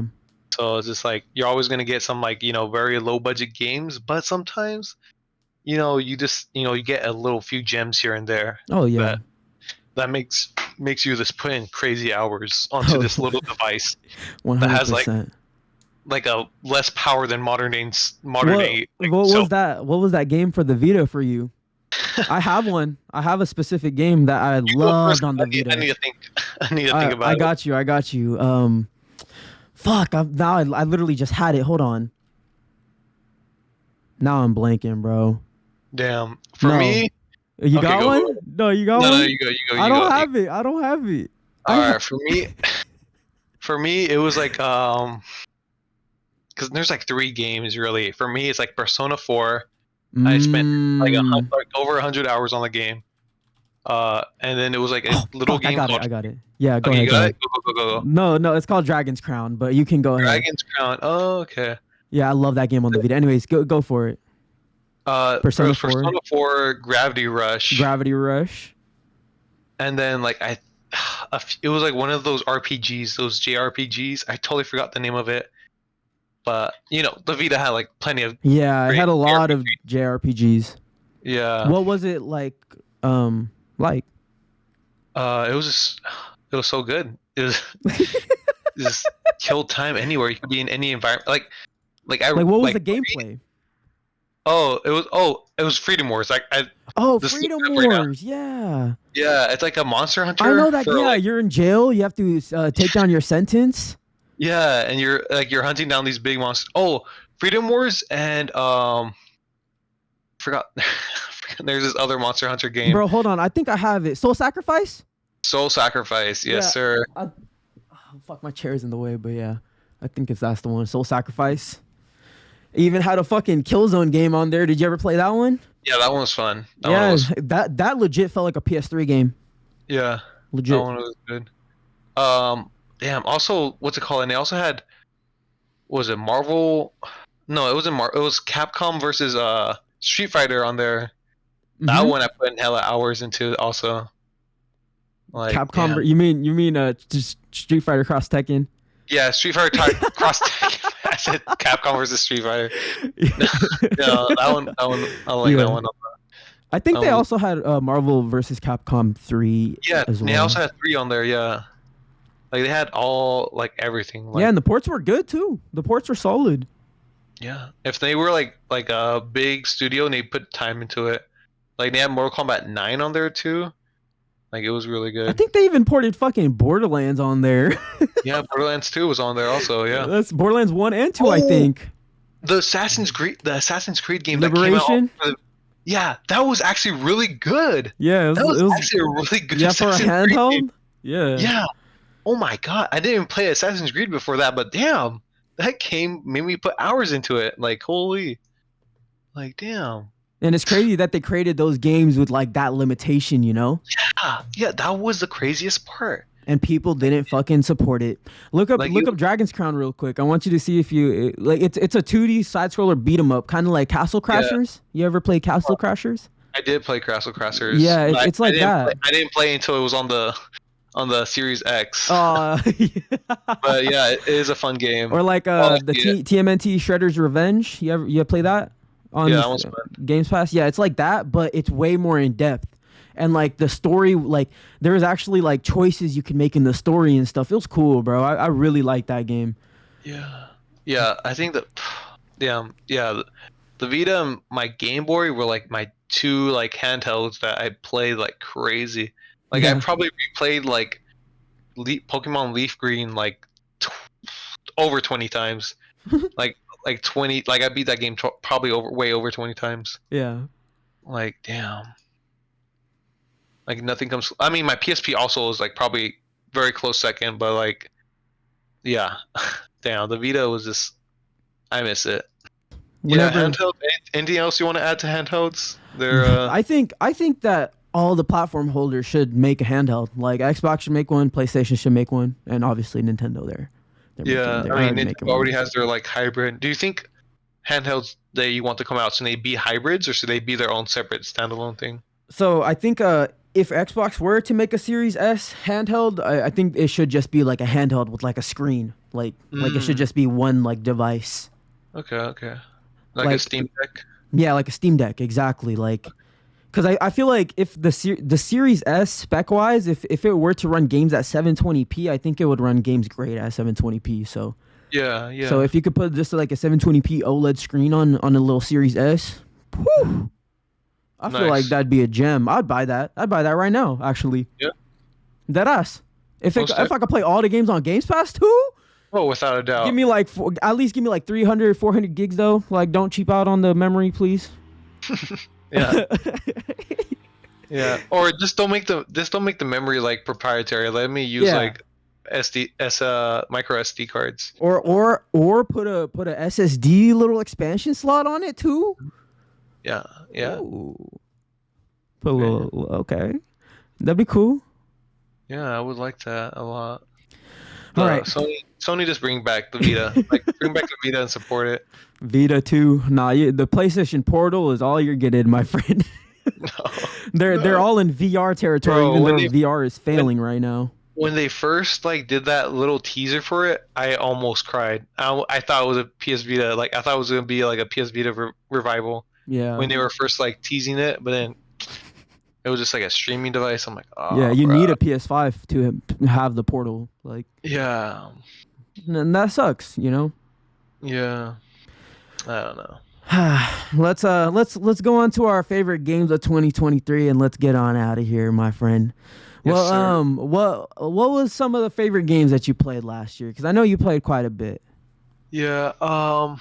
Let's see. MK1. I've been playing a lot of that. Street Fighter 6. Playing a lot of that. Bro, I need to play Street Fighter 6 with you, bro. Yeah. I mean, I'm kind of nasty with it. Yeah, you would probably have to. Nah, actually, it wouldn't be fun for me. I know. Because I'm actually pretty nasty with it. Yeah, and I suck. Do you use the controller or do you use a pad? I played it on my Xbox. You just play it on the controller? Yeah, I was playing on What the the controller. fuck? And you're nasty with it? Yeah. That's insane. Yeah, I got to play with you though, even though you probably kill my ass. 2 games I didn't expect to enjoy was like Diablo 4. I didn't expect to enjoy it that much. Yeah. I won in Age of Empires, the new one that just came out. Age of Empires 4. Yeah, I didn't. And shout out to Game Pass, because I would have totally not tried that game out if it wasn't on Game Pass. Yeah. But yeah, like those 2 strategy games, I love them. Oh, Age of Empires is a true strategy game. Diablo is more of a RPG, but still, I like them. Out of those 4, which one did you spend the most time with? I mean, it's probably MK, right? But you also played Hogwarts Legacy too? Yeah, that one was fun too. But I mean, how do I say that? Like, my sister enjoyed it way more than I did. Yeah. she plays that game like way more than me. But it's because she doesn't really play games like that, right? No, she doesn't. That's why. That's like a game that brought her onto like the. Yeah, it probably blew her fucking mind. Like, Yeah, damn, like, this is what video games do. It is crazy. Yeah. So I'm like, damn, that's her game. I didn't want to steal that. Yeah, that's cool. That's nice. Yeah, but damn, probably MK1. Even though like there's some issues with it. MK1 over Street Fighter. I mean, the thing about Street Fighter is it's great, but more people I know play MK, so that's why I have more hours on it. Like Street Fighter, it's kind of, I don't really have that many guys that play it like to the level I play it at. Yeah. Okay. Do you still have it downloaded? Yeah. Okay, I got it for sure. Run it back anytime you want it. Yeah, definitely gonna be for fucking 2,000 when I play against you. But are you excited for Tekken? Yeah. You gonna get it? Looking forward to that. Yeah, without a doubt. All 3. What platform you getting it on? Fighters are coming out. Probably my PC. You getting it on PC? But I've been thinking about getting it on my Xbox. It depends on which one. Because again, because the thing about PC is like, to bring it back is like I can find a CD key that's gonna sell it for like 20% less, than like brand new retail. Yep. Like that's another pro of PC. Like you can always find like a key for the game to be a little bit cheaper. Yeah. On launch, like deadass, just straight on launch, you can find a cheaper version of it. So it's like, damn, like do I want to pay a little bit more to get on my Xbox or just get on my PC because it's gonna be a little cheaper? Yeah. Like, It's probably gonna work for. It's probably crossplay. I'm assuming yeah, it's it's crossplay. crossplay. It's for sure gonna be crossplay. I played So the that's why. demo of Tekken. Oh yeah, how was it? Dude, the graphics are insane, bro. The graphics are insane. Like each because I never played Tekken before. The closest game that I played to Tekken is, I don't know if you've heard of this game, but it's on Games Pass. It's the JoJo's fighting game. Yeah, that one's good. I like That's the closest that I've ever played to Tekken, but that game is cheese though. Like you can fucking cheese all the fucking characters in that game. It's stupid. Yeah. But but I played Tekken because it's on a 3D plane, you know? Like you're not just on a flat, just 2D like Street Fighter or MK.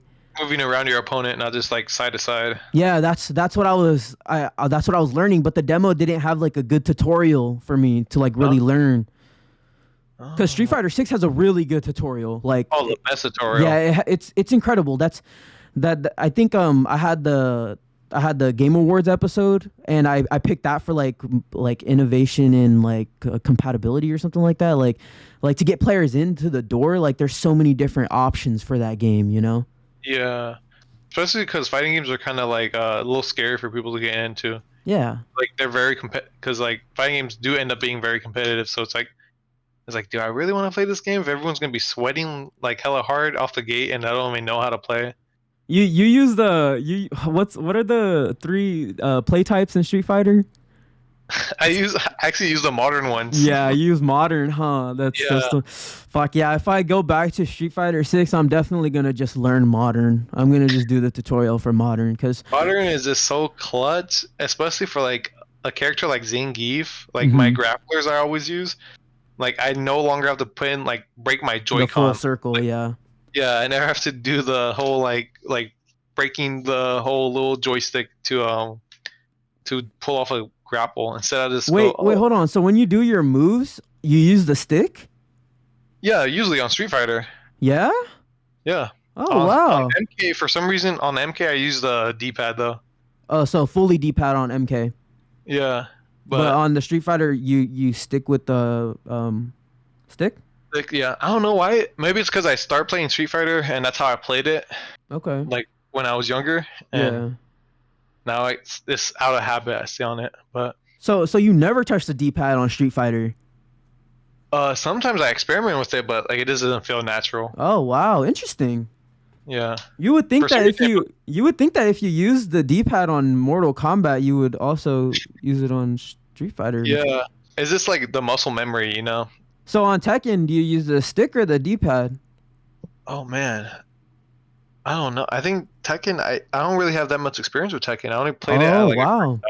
So this one's gonna be kind of new for you too, huh? Yeah, maybe I'll experiment with both and see which one feels more comfortable. Okay, that's cool. Yeah. What was your big surprise of last year that you didn't know was gonna be good? Yeah. Okay, 100%. Hi-Fi Rush, Exoprimal. Yeah, and Remnant 2. Yeah, those are my 3 games that were caught me off guard because it looked like budget as fuck.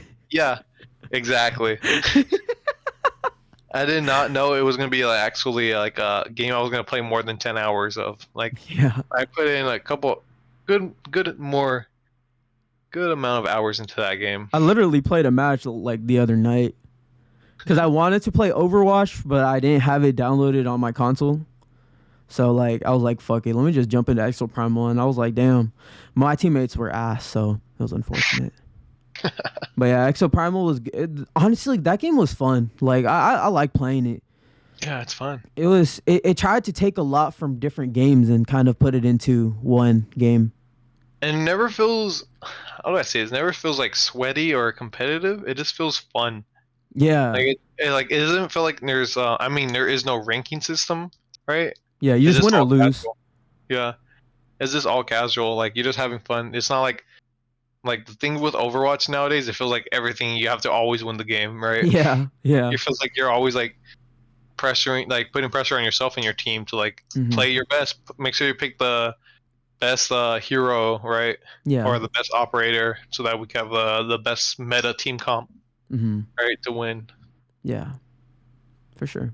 Yeah, but no, Street Fighter 6 was also a surprise for me too because I didn't think I was gonna put a lot of hours into that. I think I put like almost like 20 or 22 hours into it.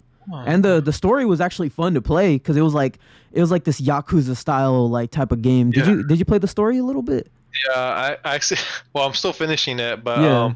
it's fun. Yeah, It's yeah, goofy. It's just dumb. Like, but it's cool that you can just create your own character. You find these legends out in the world like Ryu, and then you can copy his move set. You can mix and match which like moves you want to use from the different characters that you find and stuff. yeah. It's It a was cool game. really nice. Yeah. But Remnant 2 is another one that surprised me, but that's one that I've been playing this year too, and that's current. And no, Diablo 4 was fun too, and I like playing it with you and Quentin and our boy Andy. Andy's playing it too. Yeah, But yeah, I think it was a great year in video games, honestly. it was super good, right? Like, Like, cause yeah. even for games I didn't play, like Spider-Man 2 also came out this year, right?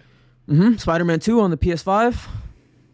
Like, it was just good for like every console, right? Like the Switch got their Mario Wonder Yeah, they got Mario Wonder and Tears of the and their Kingdom, Tears of the Kingdom, right? Pikmin 4, Yeah, like it was just good for everyone. Mario RPG remake.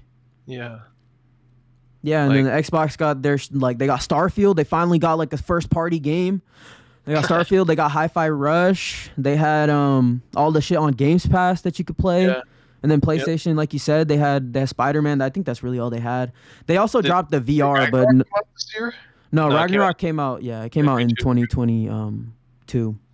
Okay, okay. It came out the same year Elden Ring came out. Oh, okay, okay. But the Ragnarok DLC did come out last month though. So they dropped Oh, like a roguelike kind of game mode to it. I still haven't played it yet. I gotta check it out. To be honest, I'm not really in love with the new God of War games. I think that both Horizon and Ghost of Tsushima and The Last of Us, I think those games are better than the new God of War oh, games. yeah. I played was it God of War the remake on my Yeah. PS4? I thought it was really good. You mean just God of War? Yeah, The just God of 2018, War. yeah. The one where it's in Norse mythology. Hmm. No, it's good. I think they're good games, but so those are really the only first party Sony games that I haven't platinumed out of all of Oh, them. bro. Like I've platinumed Horizon and I've platinumed Ghosts and well I haven't platinumed Last of Us because I ain't trying to be depressed and sad for 20 hours. But they're actually porting Last of Us Part 2 on the PS5 this month, so I might be Oh, checking that out because it's only $10, so I might just fucking nice. just get it. Yeah. But I still need to do part 1 too because they remade part You 1. never finished part one? Yeah, they remade part 1, but I ain't buying that shit for full price. I'm gonna wait until that shit's like $20 and then I'll get Right. it. Yeah. Yeah. I remember playing part one on my PS4. Yeah, they ported that game 3 different times. Yeah. They really want to. That's like their game, right? That's like Yeah. their GTA, their Fallout 4, Yeah, 100%. Skyrim, they're Skyrim. Skyrim. Yeah. Yeah. But yeah, that was a great year. And I feel like we've been going on for a long time. We definitely like went off topic and diverged like crazy. But I think I had a great time. Yeah, it was fun. It was nice. And I really The appreciate whole you. year. Yeah, well, I really appreciate you for coming in to do this episode with me, my friend. Of course, of course. Thank you so Always- much. Always Shout happy out. to come on. Oh, bro, you're always welcome back. And of course, if you play any new games and you're passionate about them or something, we can always just talk about them and stuff. Right. And thank you for your time. I really appreciate it. And if you want the listeners to reach out to you, do you want to put out your socials, your handles, anything like that? I ain't got no socials to put out. I'm good. You ain't I'm got good. no socials? Oh, maybe next time I'm here. Next Oh, time I'll this put out my socials. All right, for sure. If you guys got to the end of this episode, I appreciate you guys for listening. I've been your host, the one and only, the Avatar, and I was joined by also the one and only Mr. Macro Hard, Yes, sir. Mr. Julian Lobo. Thank you. If you guys want to support me on my Patreon, check it out. Follow, like, subscribe, all that stuff. I appreciate it. Let me know in the comments and all that shit. Yeah. And we out. Peace. Good night.